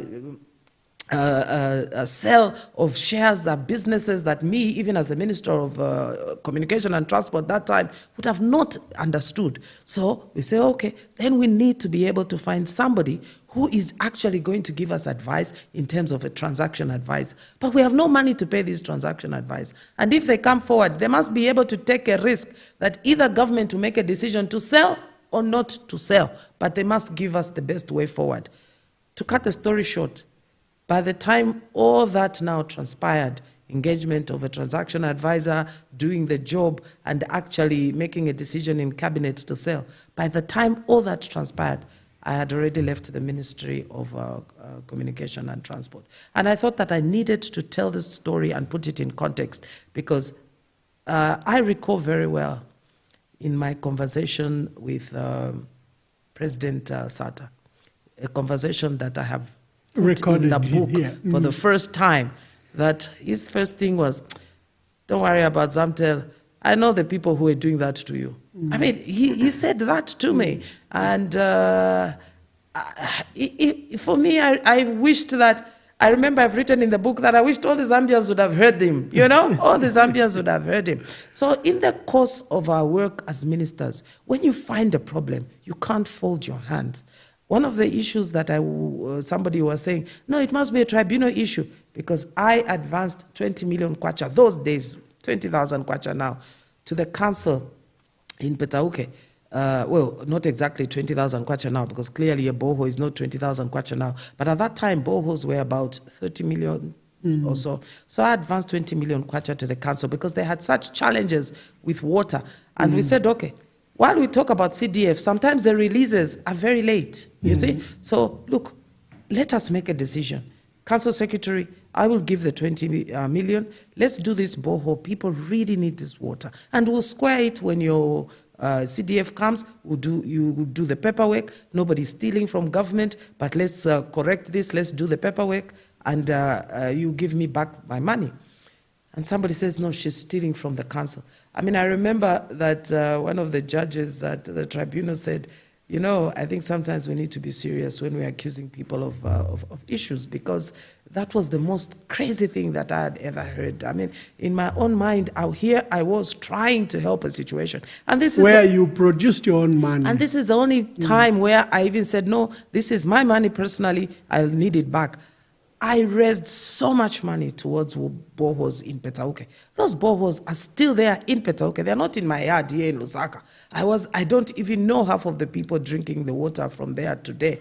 But I raised so money. All my friends who have money will tell you I'd always be asking for money for boreholes all the time. I spent most of my gratuity sinking boreholes because water is such a problem. Life. In a rural area, and to be accused, for people to turn around and say, she's sinking boreholes here, this is a problem, she's giving her money to the council, this is a problem. It was just shocking for me. So I thought that Zamtel story, I needed to explain it, and I caught part subsequently part of judgments in there as well. But I think the Zamtel is an issue I never lost sleep over.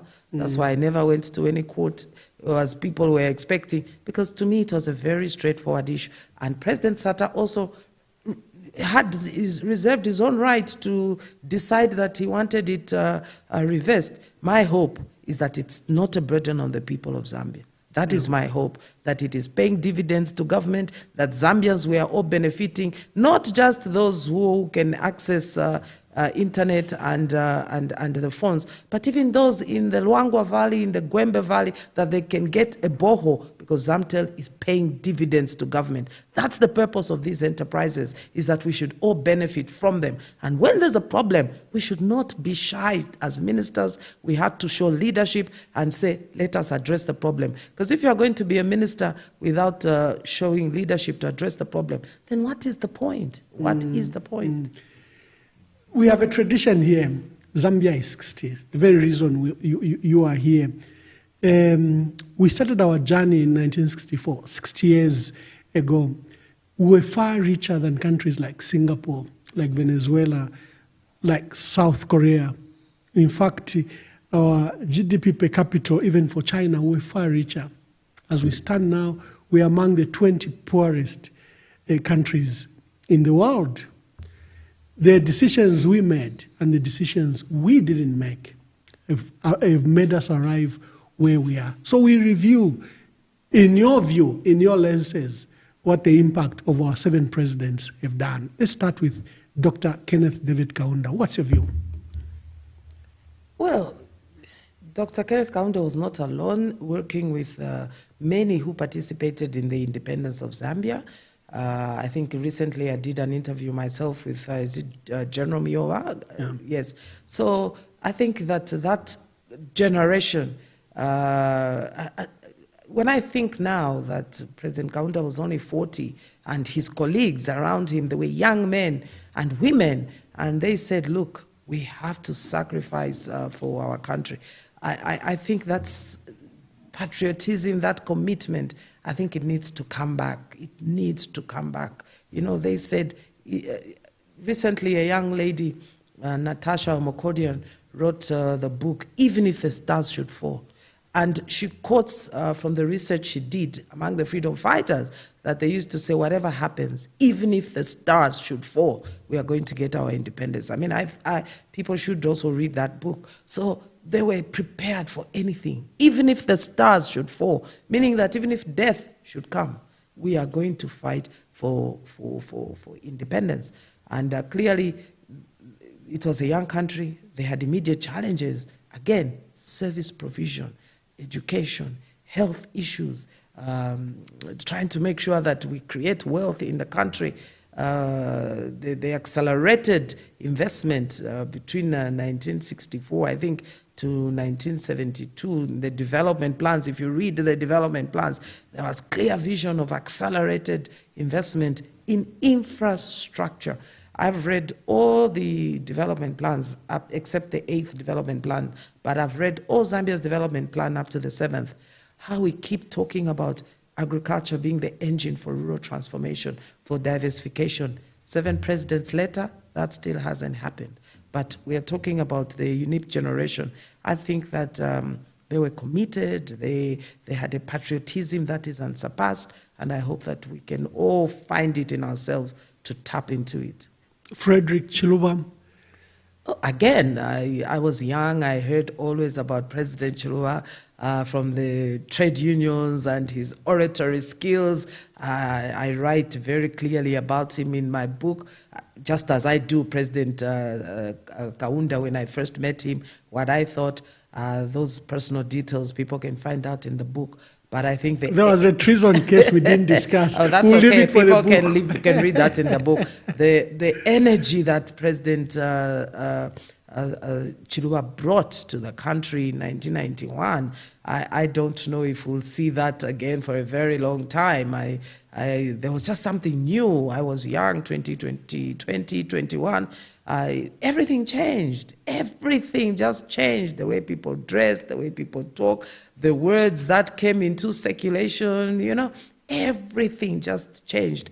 And I think people will remember how well he spoke, his declaration of the Christian nation. I remember that I think I must have been at ZMBC at that point when he came and was explaining this matter.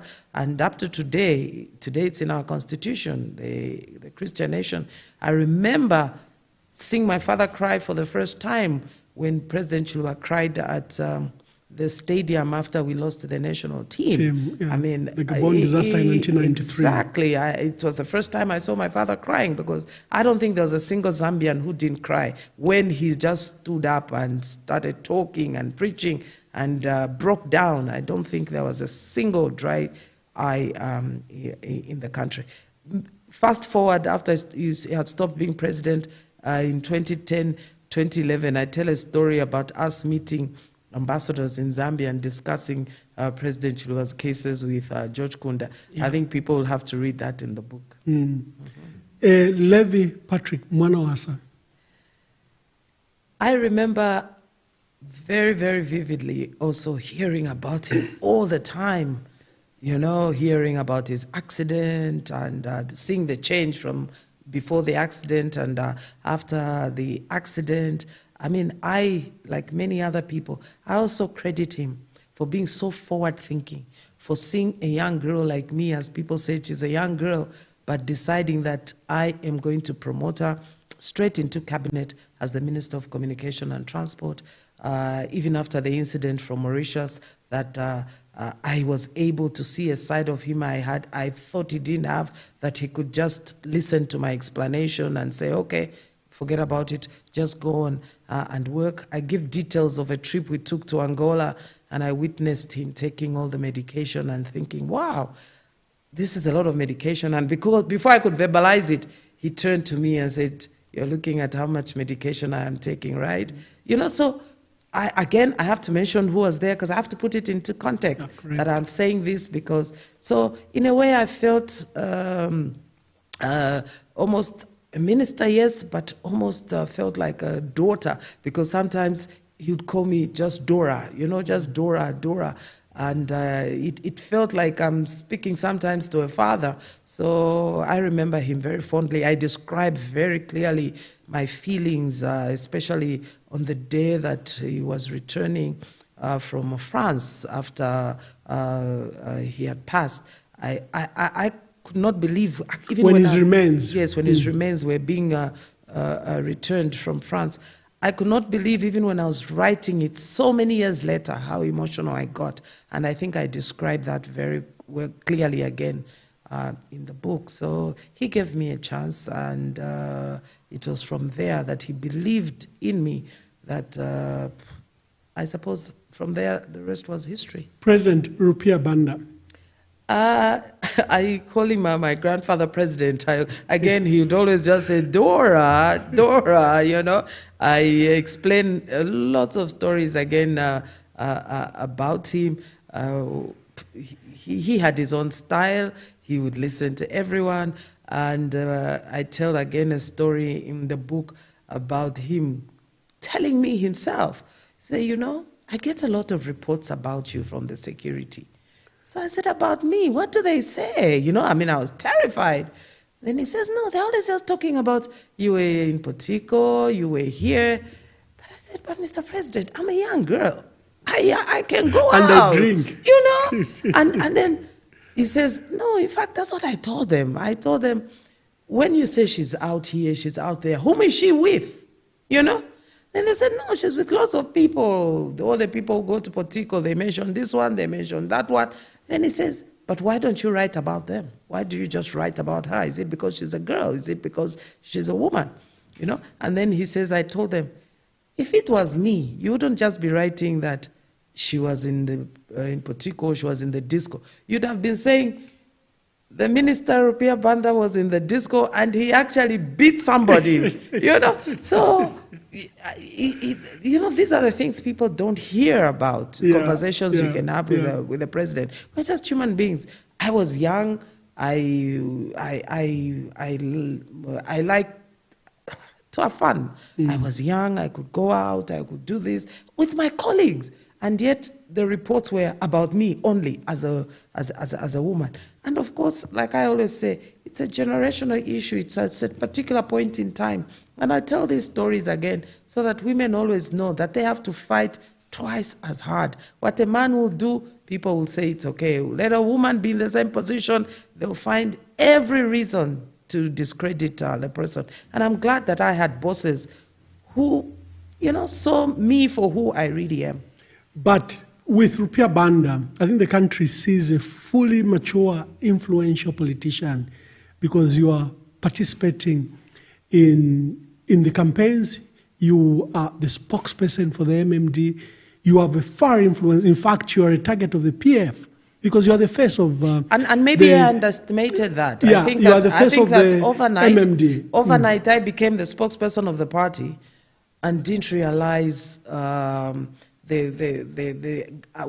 it would attract, you know, the gravitas of the office, the importance. I think it took me much longer to really see that, oh my, so because of this office, everybody's judging me this way. And I'm glad you have brought that point up because let others read and maybe learn, maybe do better, you know. Why did a president in Rupiah Banda, whose economy was doing very well, he was only 3 years in office, you were at the heart of the campaigns. Why did he lose?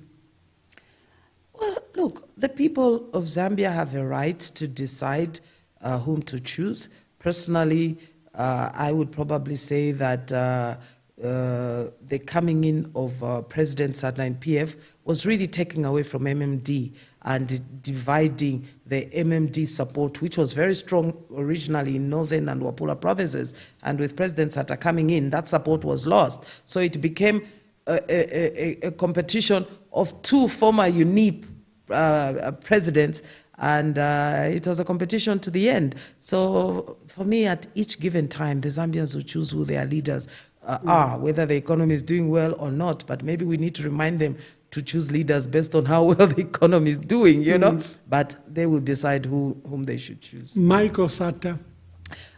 Clearly, when he was president, I didn't work with him, but we had many conversations.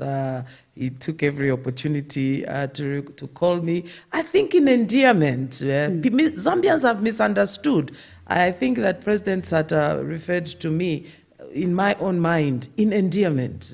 People say, oh, he called you Dora Siliya. I think he was recognizing my fashion. You know, people think it was derogatory. No, I think he recognized the fashion icon I was. He had known me for a long time, but people have to read the very first time I met him still at ZNBC. It's one of the best stories I think I tell in there. But when I met him as a politician over the years, I think that it was always an endearment. He never failed to say, "Mwana iwe ulibwanji Dora, mwana wa Siliya ulibwanji." You know, whether it was he met me in Pamozi, he met me where even when we finally had a conversation, the two of us in the office, all that came to my mind was how fatherly he was. That was the word that came to my mind. We had such a sober conversation, the two of us, and again to add location. To add context, I say, as I arrived, he asked Vice President Guy Scott and National Secretary and Minister of Justice, Winter Kabimba, to leave the office for me to go in. I thought that was profound. And he said, well, she has an appointment. You didn't have an appointment. What was shocking was that when I was leaving the office, they were still waiting for him. And he says to me, do you know this one? Do you know this white vice president? So for me, I think President Sata always referred to me in an endearing way, and he didn't refer to me in any way that he did not refer to many other people, you know. So I think of him very fondly in that way, and I go further to say some of the failures I saw around him as president that really once brought me to tears. Your seat, like many MMD seats, were nullified by process that was driven by President Michael Sata to contest against all seats. Your seat was nullified in 2013. You went to Supreme Court 2015. Supreme Court also upheld the decision of the High Court. You made the fundamental decision that you're going to recontest Petauke, but not on MMD now, but on PF. And the president was Edgar Lungu. That also made you bounce back after you won that election into cabinet. Speak to that. Clearly, my moving to PF surprised a lot of people. Surprised me too, I will confess. But I think sometimes it's not about you, it's what is prevailing. And I remember a lot of people, especially from Petauke itself, telling me, look, we can't help in our country, that we have to consider our culture and you know, inclinations of where we come from, even if I was not born in Petauke, but I was MP there for a long time. And everybody said to me, the chiefs and everybody, the PF now, even if you hated it, is being run by our own son. So if you don't support him, who's going to support him? You know, you are the one who should be the first person to support him. Now, that argument was very difficult for me. I had to find an argument for myself that made sense. And the argument that made sense to me was, look, PF has lost a president. MMD lost a president. What did I say when MMD lost a president? I said, it is in our interest as a nation that MMD should continue because they have the mandate. In Zambia, we don't choose a president, we don't choose a president as an individual, we choose a political party. That's why we don't have independent president. So using that argument was very easy for me to say, no. And if you recall, at that time, I was working very closely with Muhabi Lungu and Nevers Mumba and UPND with President Hakainde. I was working very closely with them. But I had to make a decision in my mind that made sense. And the decision that made sense for me was not to support PF because President Lungu was from Petauke. No. The decision for me was to support PF the same way I supported MMD in 2008 when we lost President Sata, that we have chosen a president and give us room to continue because we have a mandate until 2011. It is the same argument I used in 2015, that PF has a mandate until 2016. We must give them the space to continue, and that was always my argument. So my conscience is very clear. I explained that in the book. Now, my joining it, again, is different from saying, let's just support PF. My joining it clearly now in Petauke, the people felt that, look, now since the PF is being supported to move to 2016, then we might as well have you stand on the PF.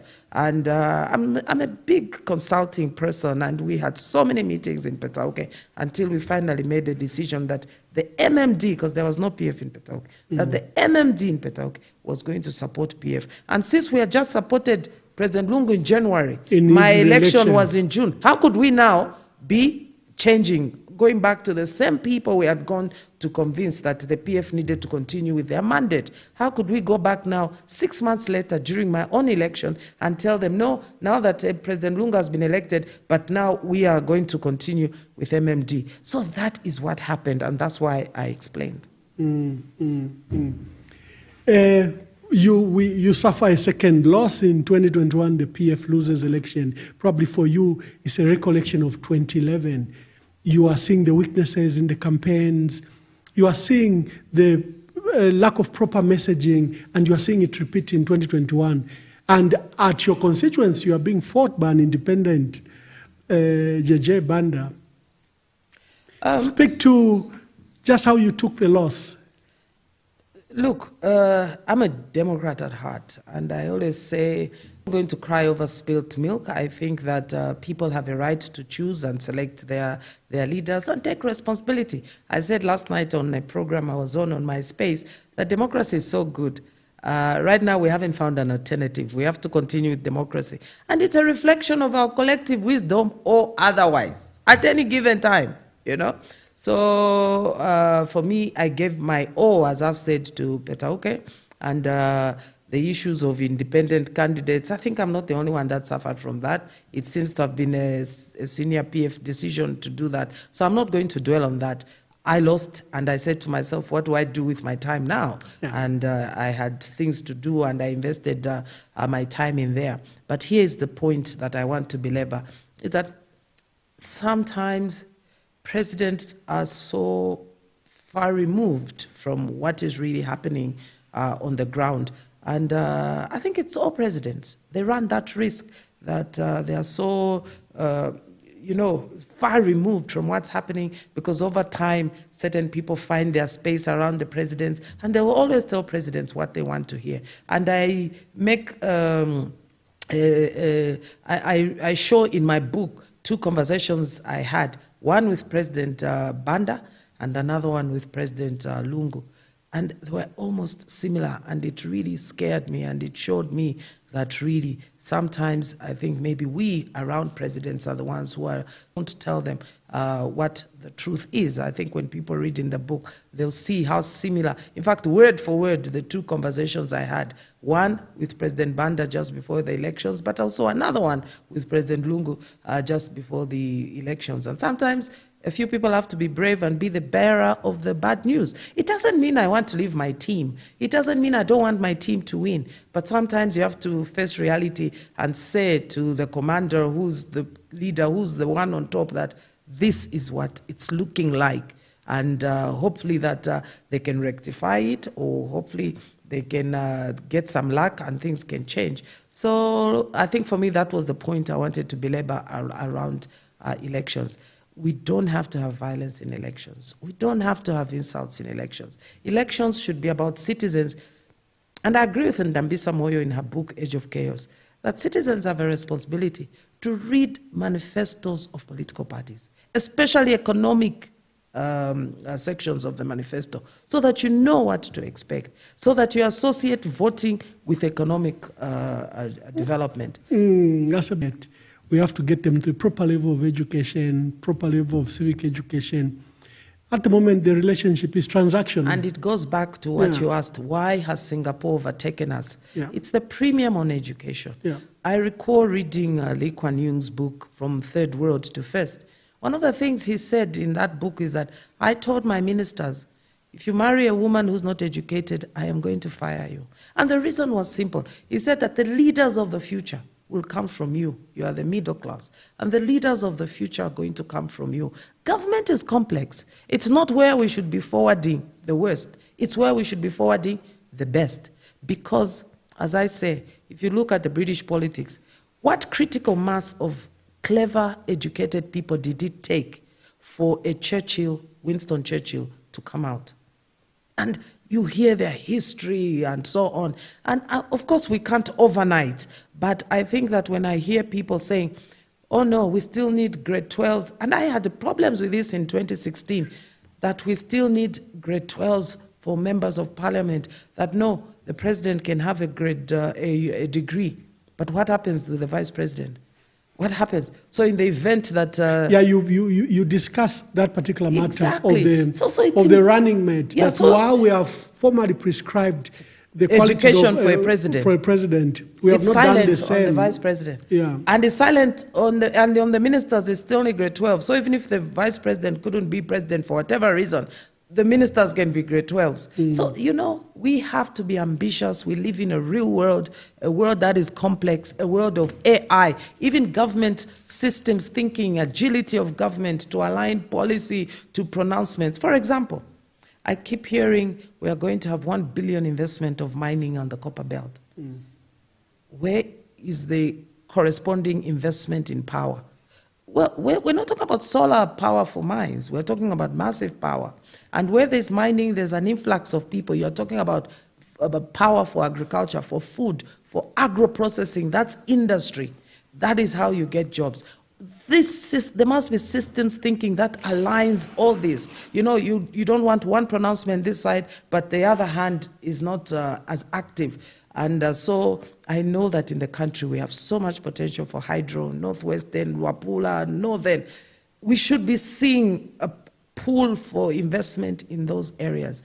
And we must ask always, I know that over time in government, and it's a problem that's been creeping upon us for a long time now. Inertia in government, lack of innovation, lack of initiative, and everybody saying if I make a decision, people will say I'm corrupt or whatever. So everything ends up in the president's office. No, we need a civil service that is professional, that is innovative, that can solve problems, because that's the only way politicians can deliver. And I think that if there isn't that interest, that energy in investment in the energy sector, we can have investment in the mines, but it will not serve the people well if that money is not being transferred to invest in agriculture, to invest in energy. So the mines, 60 years, it's the same story. That's why I'm so passionate about agriculture, because we've been talking about the mines for 60 years, and we have to really say, what else can we do to be able to develop our country? There's just no dignity in poverty. Talking about donors all the time, talking about going to ask for money there. Now debt, we had the same problems 2004, 2005. We are back to square one. There's no dignity in poverty. And every Zambian should be afraid of being poor. Yeah. Education first. President Hakainde Hichilema. Well, I have not worked with President Hichilema. As you recall, I said to you, I only met him when I was working at the EU. And he's been president for 3 years. I've always said that I've worked in government for a very long time to know the challenges of government. I'll give everybody the benefit of doubt. We are having a real serious situation in the country. We are having real power challenges that can really collapse the economy. Young people are really struggling in the country. And I think that when the president returns from China, I can't prescribe to him what he must do, but I think that people need some hope. I think that the stories I hear about crime every day from families, because people are looking to eat, so crime has increased. Young people are drinking so much. There are mental challenges. I haven't had my fridge on now for the last three weeks. I don't know if there are solar fridges. You could say, no, I'll have solar power, but solar fridges. People who are keeping chickens are having challenges. Welders are having challenges.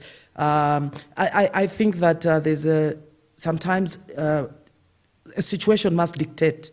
I think it is time to sit down, take stock, and say, okay, how do we communicate better so that we don't have a lack of trust in the institutions, especially even how the Milli Mill issue was handled, this aflatoxin issue, how it was handled. I don't think a government goes out of its way to want to kill its people, but it's the way we address the issues. I think we want to see some order in government. I think for me, when you are hearing my dear friend Kawana being the expert over everything and not the ministers who are the political leadership, I think that shows some confusion in government as well. I think that's what people are talking about, so I think I can say that. I think people want to see a situation where line ministers really explain issues to the people, especially the Minister of Energy, the Minister of Agriculture, that what is really happening, what should we be expecting now that they are saying there will be rains. Where is agriculture? Are they ready? What is the target? How many farmers? What will change? But also, we know droughts are always there. What is in place? You come from a rural constituency. When I heard the minister talk about that we're going to have, the prospects are good, we're going to have good rainfall, I said, but this is September. The PF, to their credit, would have fertilizer in sheds in provinces and districts by May, June. This is September. We're talking about good rainfall, but what have you done to be prepared for that good opportunity coming? My very point that I think it's time to take stock, and I think that the ministers around the president, the Minister of Agriculture, the Minister of Energy, I think that they have to communicate better. Like you say, if this is September, we are saying that the rains will be better now. Exactly my point that I'm saying I want to hear is the fertilizer on the ground, the people, how many farmers are going to be targeted. We've been targeting the same 1 million farmers for a long time. In this situation, we probably have to go out of our way to increase production by increasing the number of farmers so that we can try and reduce the gap from this bad production year to the next one, so that we can try and create some reserves if the rains will be good, because we actually need reserves. So it's exactly what I'm saying, that the ministers, government by its nature is a public entity. By its nature, it's public. That's why anybody who works in government, there must be clear guidelines on communication. I think with the Access to Information Bill now in place, we must be able to get the information that we need from government. Agriculture is going to be a focus now. This is September. How many farmers? Is the fertilizer in the country? Is the seed in the country? Because if there's been hunger, farmers, they eat even the seed in the villages if they can't afford to buy seed. So there has to be double efforts. Whatever we've been doing, agriculture needs to get double support so that we can reduce the gap from the bad production year. So I think that there would be value in the president coming back and saying, you know what, I think that my ministers, let's do things a bit differently, because it's a confidence-building thing. It's confidence. People know there's no rain, and so the power supply is impacted. But they also want to know what plans are in place to make sure that this will be dealt with. Look, I was minister for a year only in energy, but I know that what the challenge was always to give people hope that this is for today, this is for tomorrow, this is for 5 years from today. I think for me, my concern is that energy crisis is only being framed in, it's load shedding, wait for the rain. It's load shedding, wait for the rain. That won't solve the problem, because we need to industrialize. Right now, the term industrialization is back in the development circles. A country needs to industrialize to create wealth, otherwise we'll be poor. So if we're going to industrialize, we need good load for power so that we support mines. We transfer earnings from mines into energy, into agriculture, into education, into health. But that's not going to happen if we are not clear about the plan. We need to have a very clear plan. People know we had debt. It's been dealt with, rescheduled. People know there's no rains. But we can't be just investing in rainfall and saying when it comes, don't worry, there'll be power. What happens if we have another drought in another year or two? So I think for me, this is a long-term problem that has been creeping on us, but we can't blame the past. We have to say, okay, we are here now, and in these 3 years, have we invested in hydropower? Those are the questions I think people want answered. We know there's a drought, but in these 3 years, have we given any power purchasing agreements to investors? Have we sold hydropower sites very well? Have we seen investors coming in? I think that's what people want to see. One side, we are talking massive investment in mines, but people want to see corresponding investment in energy so that everybody at household level, they have access. If you're talking about solar, how cheap is it? Again, that's a question. What can the Minister of Finance do to make it available so that everybody at household level transfers to solar, the majority, and we can release hydropower to industry? This conversation needs to be had. Ministers need to wake up and communicate to the people of Zambia because they want hope, and the president will have to take that leadership. The worst communication policy I've seen is for our friends, like you are saying.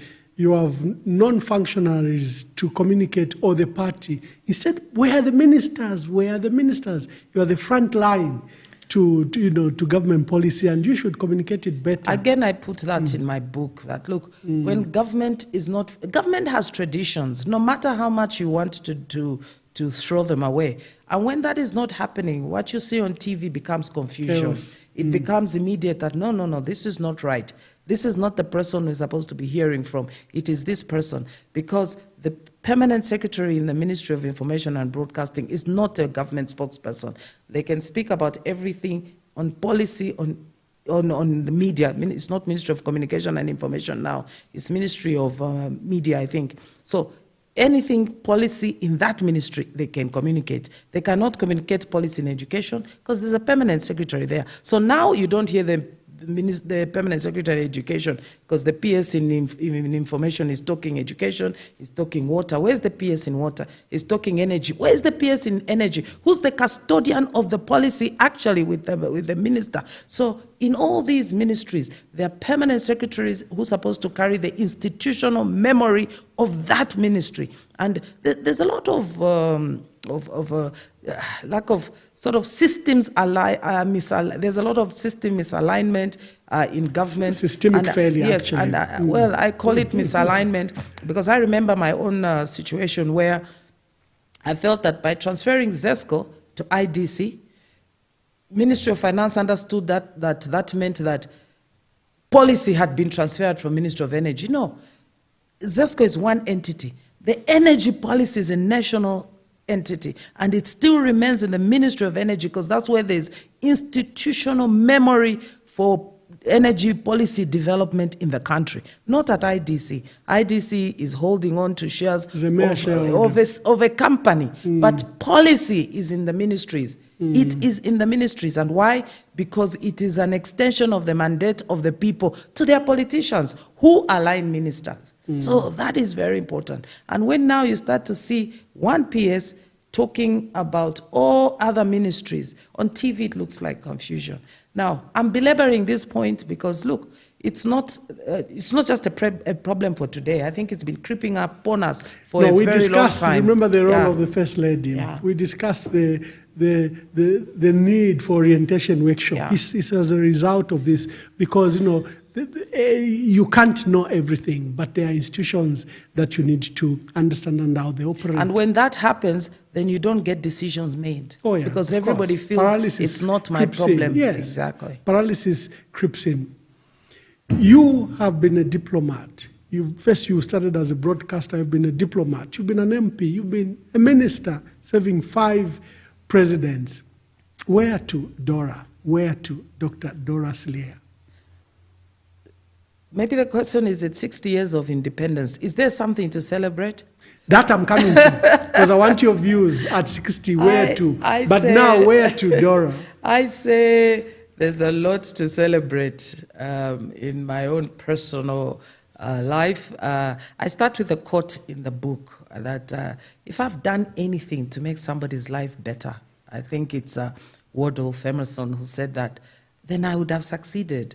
And every day I sleep very well knowing that did I do everything in my power to help somebody go to school, to help somebody get a job, to help people get water, to help build a hospital? Did I go out of my way? Because we all live, we all have lives. But if my life has been such that I've actually helped so many other people beyond just my immediate family, I sleep very well. I feel that I have done my part, especially in Petauke, and this is why I said it was like a marriage. I gave it everything. So I am very happy. Where to? Well, I've just written the book. I'm still talking about this book.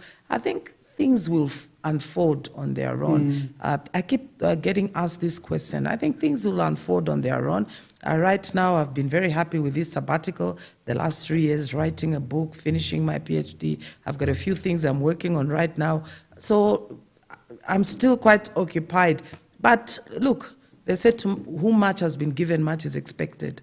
I always believe that if the politics want me, the politics will always follow me. But for now, I think that I'm quite occupied with a few things that I'm doing. But it doesn't mean I'm not very interested in my country. I am very interested in my country. I'm an educated person. I'm not one-dimensional. I'm not just this woman. No, I'm a woman. I'm a mother, a grandmother.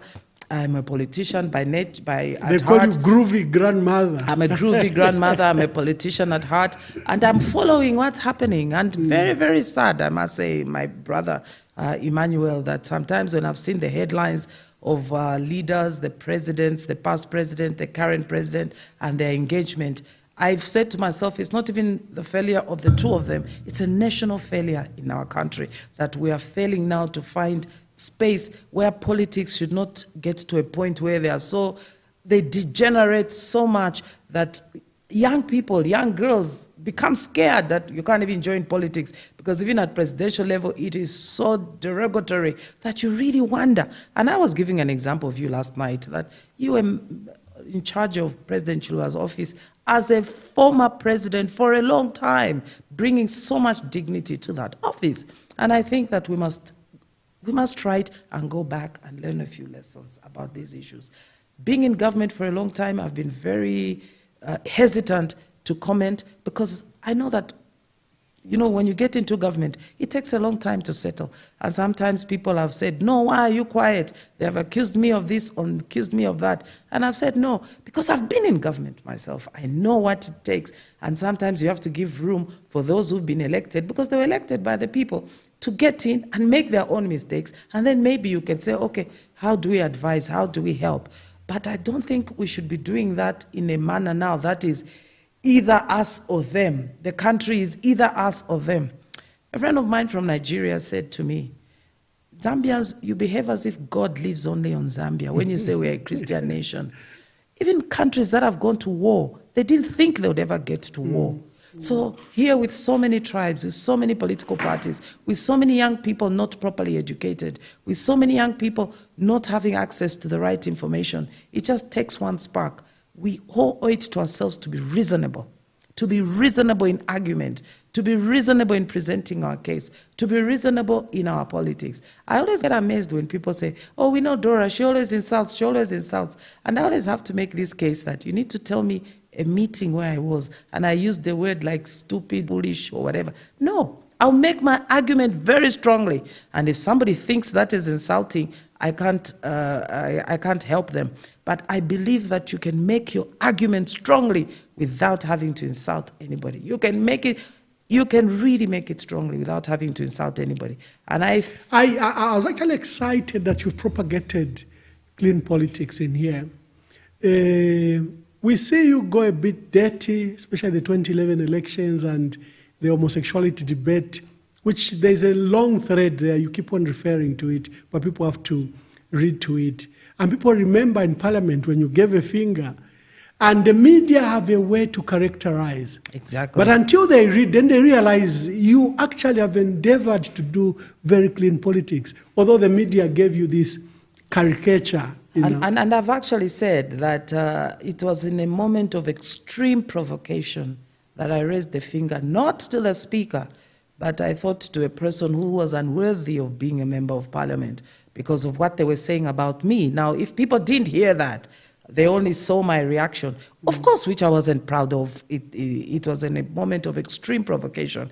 I think I had to explain to the speaker and write to him, because everybody said the media are the ones who carried the story that it was to the speaker, when it was not to the speaker, and they were there. They should have done better. But anyway, I explained to the speaker, and he understood very well. Look, I think if you talk about 2011 and the recordings, they were in public space, everybody was doing it, and yet I was the only one who was picked on. Again, but I should be proud. I think if people are going to pick on me, there must be some substance in me, you know, so I should be proud that they were picking on me. But obviously, it's not easy when people pick on you. And I hope that by writing this book, I've tried to explain that let us be as civil as possible. When Parliament began, whether it's so many years ago in Europe, it was about gentlemen coming together and discussing national issues. Whether it was in Greece in terms of democracy, it was people gathering and saying who has the best argument. That's where debate comes from. And I think it's Socrates who says, you know, when reason fails, that's when people become vulgar and violence. Every time I see that, then I realize that reason has failed this person. That's why they're being vulgar. So we have to try and stop being vulgar. There can only be one president at a time. We are a nation in crisis. There's an economic meltdown, you know, the load shedding we haven't seen in many years, the disease outbreaks, the abuse of alcohol by our young people, you know, drug abuse and alcohol abuse, where we seem to be losing an entire generation. There is a sense of hopelessness in our country. What should we be better? This is 60 years. This is, you know, our Diamond Jubilee. It should be one of our best times, not just to celebrate, but also to reflect, because we are starting a new journey to the next 60 years. I think we should take responsibility, all of us, especially the educated people, because we have shunned politics. We have said politics is a dirty game. We are happy to laugh at politicians on the internet. We are happy to laugh at politicians in our homes, in our bars. We needed that critical mass of people who have exposure, who have education, who understand how to manage resources, issues, to have been a critical mass in government. And I'm very clear on this even in my book. And then people say to me, no, but how can we come into government when it is when politics are so dirty? You need to be brave and take the chance. If many people offer themselves for constituencies, then by numbers, Parliament will have a critical mass of people who can get things done, and government. We were shy in 2016 to put a degree for a member of Parliament. Why? Why? I was one of those people that clearly said, no, we need a degree for members of Parliament, not because of Dora Siliya, but because of where we are going forward. By now, we would have had self-cleansing and made sure that we're improving the standards. And in the next 10 years, we would have totally improved the standards so that we put our best forward for government. Government is the biggest institution. You can't take anybody there. We must always be looking to the few people in government, even if the president, no matter how brilliant he is, if the critical mass is not on the same level, he's going to fail, or she's going to fail. President Michael Sata seemed to have that answer, because there were attempts to put a degree, you know, as one of the qualifications for a president in 2009 to 2010. And President Sata went with the public, and the public, he won over the public by a simple argument: where did the educated take us? Because, for example, Chilwa had the best cabinet. In fact, professors and doctors were ministers and deputy ministers. When you say the educated should take over, what do you mean? I think that the argument can't hold anymore. The world is complicated, as you know. Government is a complex institution.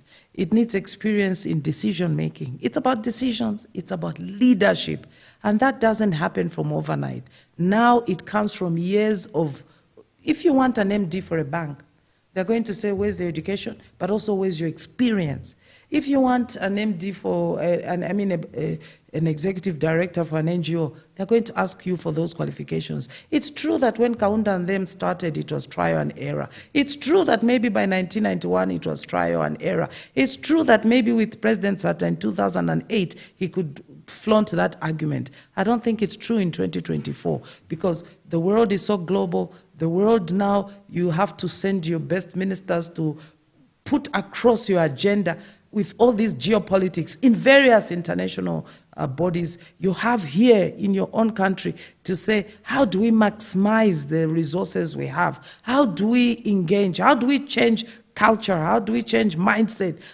It's not going to happen by just saying one day it will happen and anybody can do it. It's not going to happen. I personally, at least, strongly believe over the years we've shifted, or we've reduced our premium on education. Because what is the point of saying we want people to be educated, but the people who are educated should not be in government?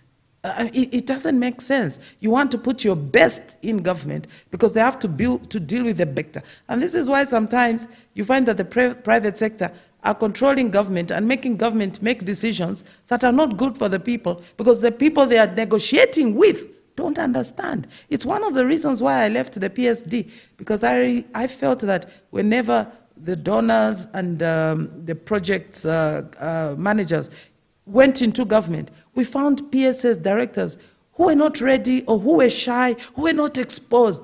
And these, whether it's donors or project managers, will just run over them and tell them, this must be done like this must be done like this. But they also have their own agenda. They have their own agenda.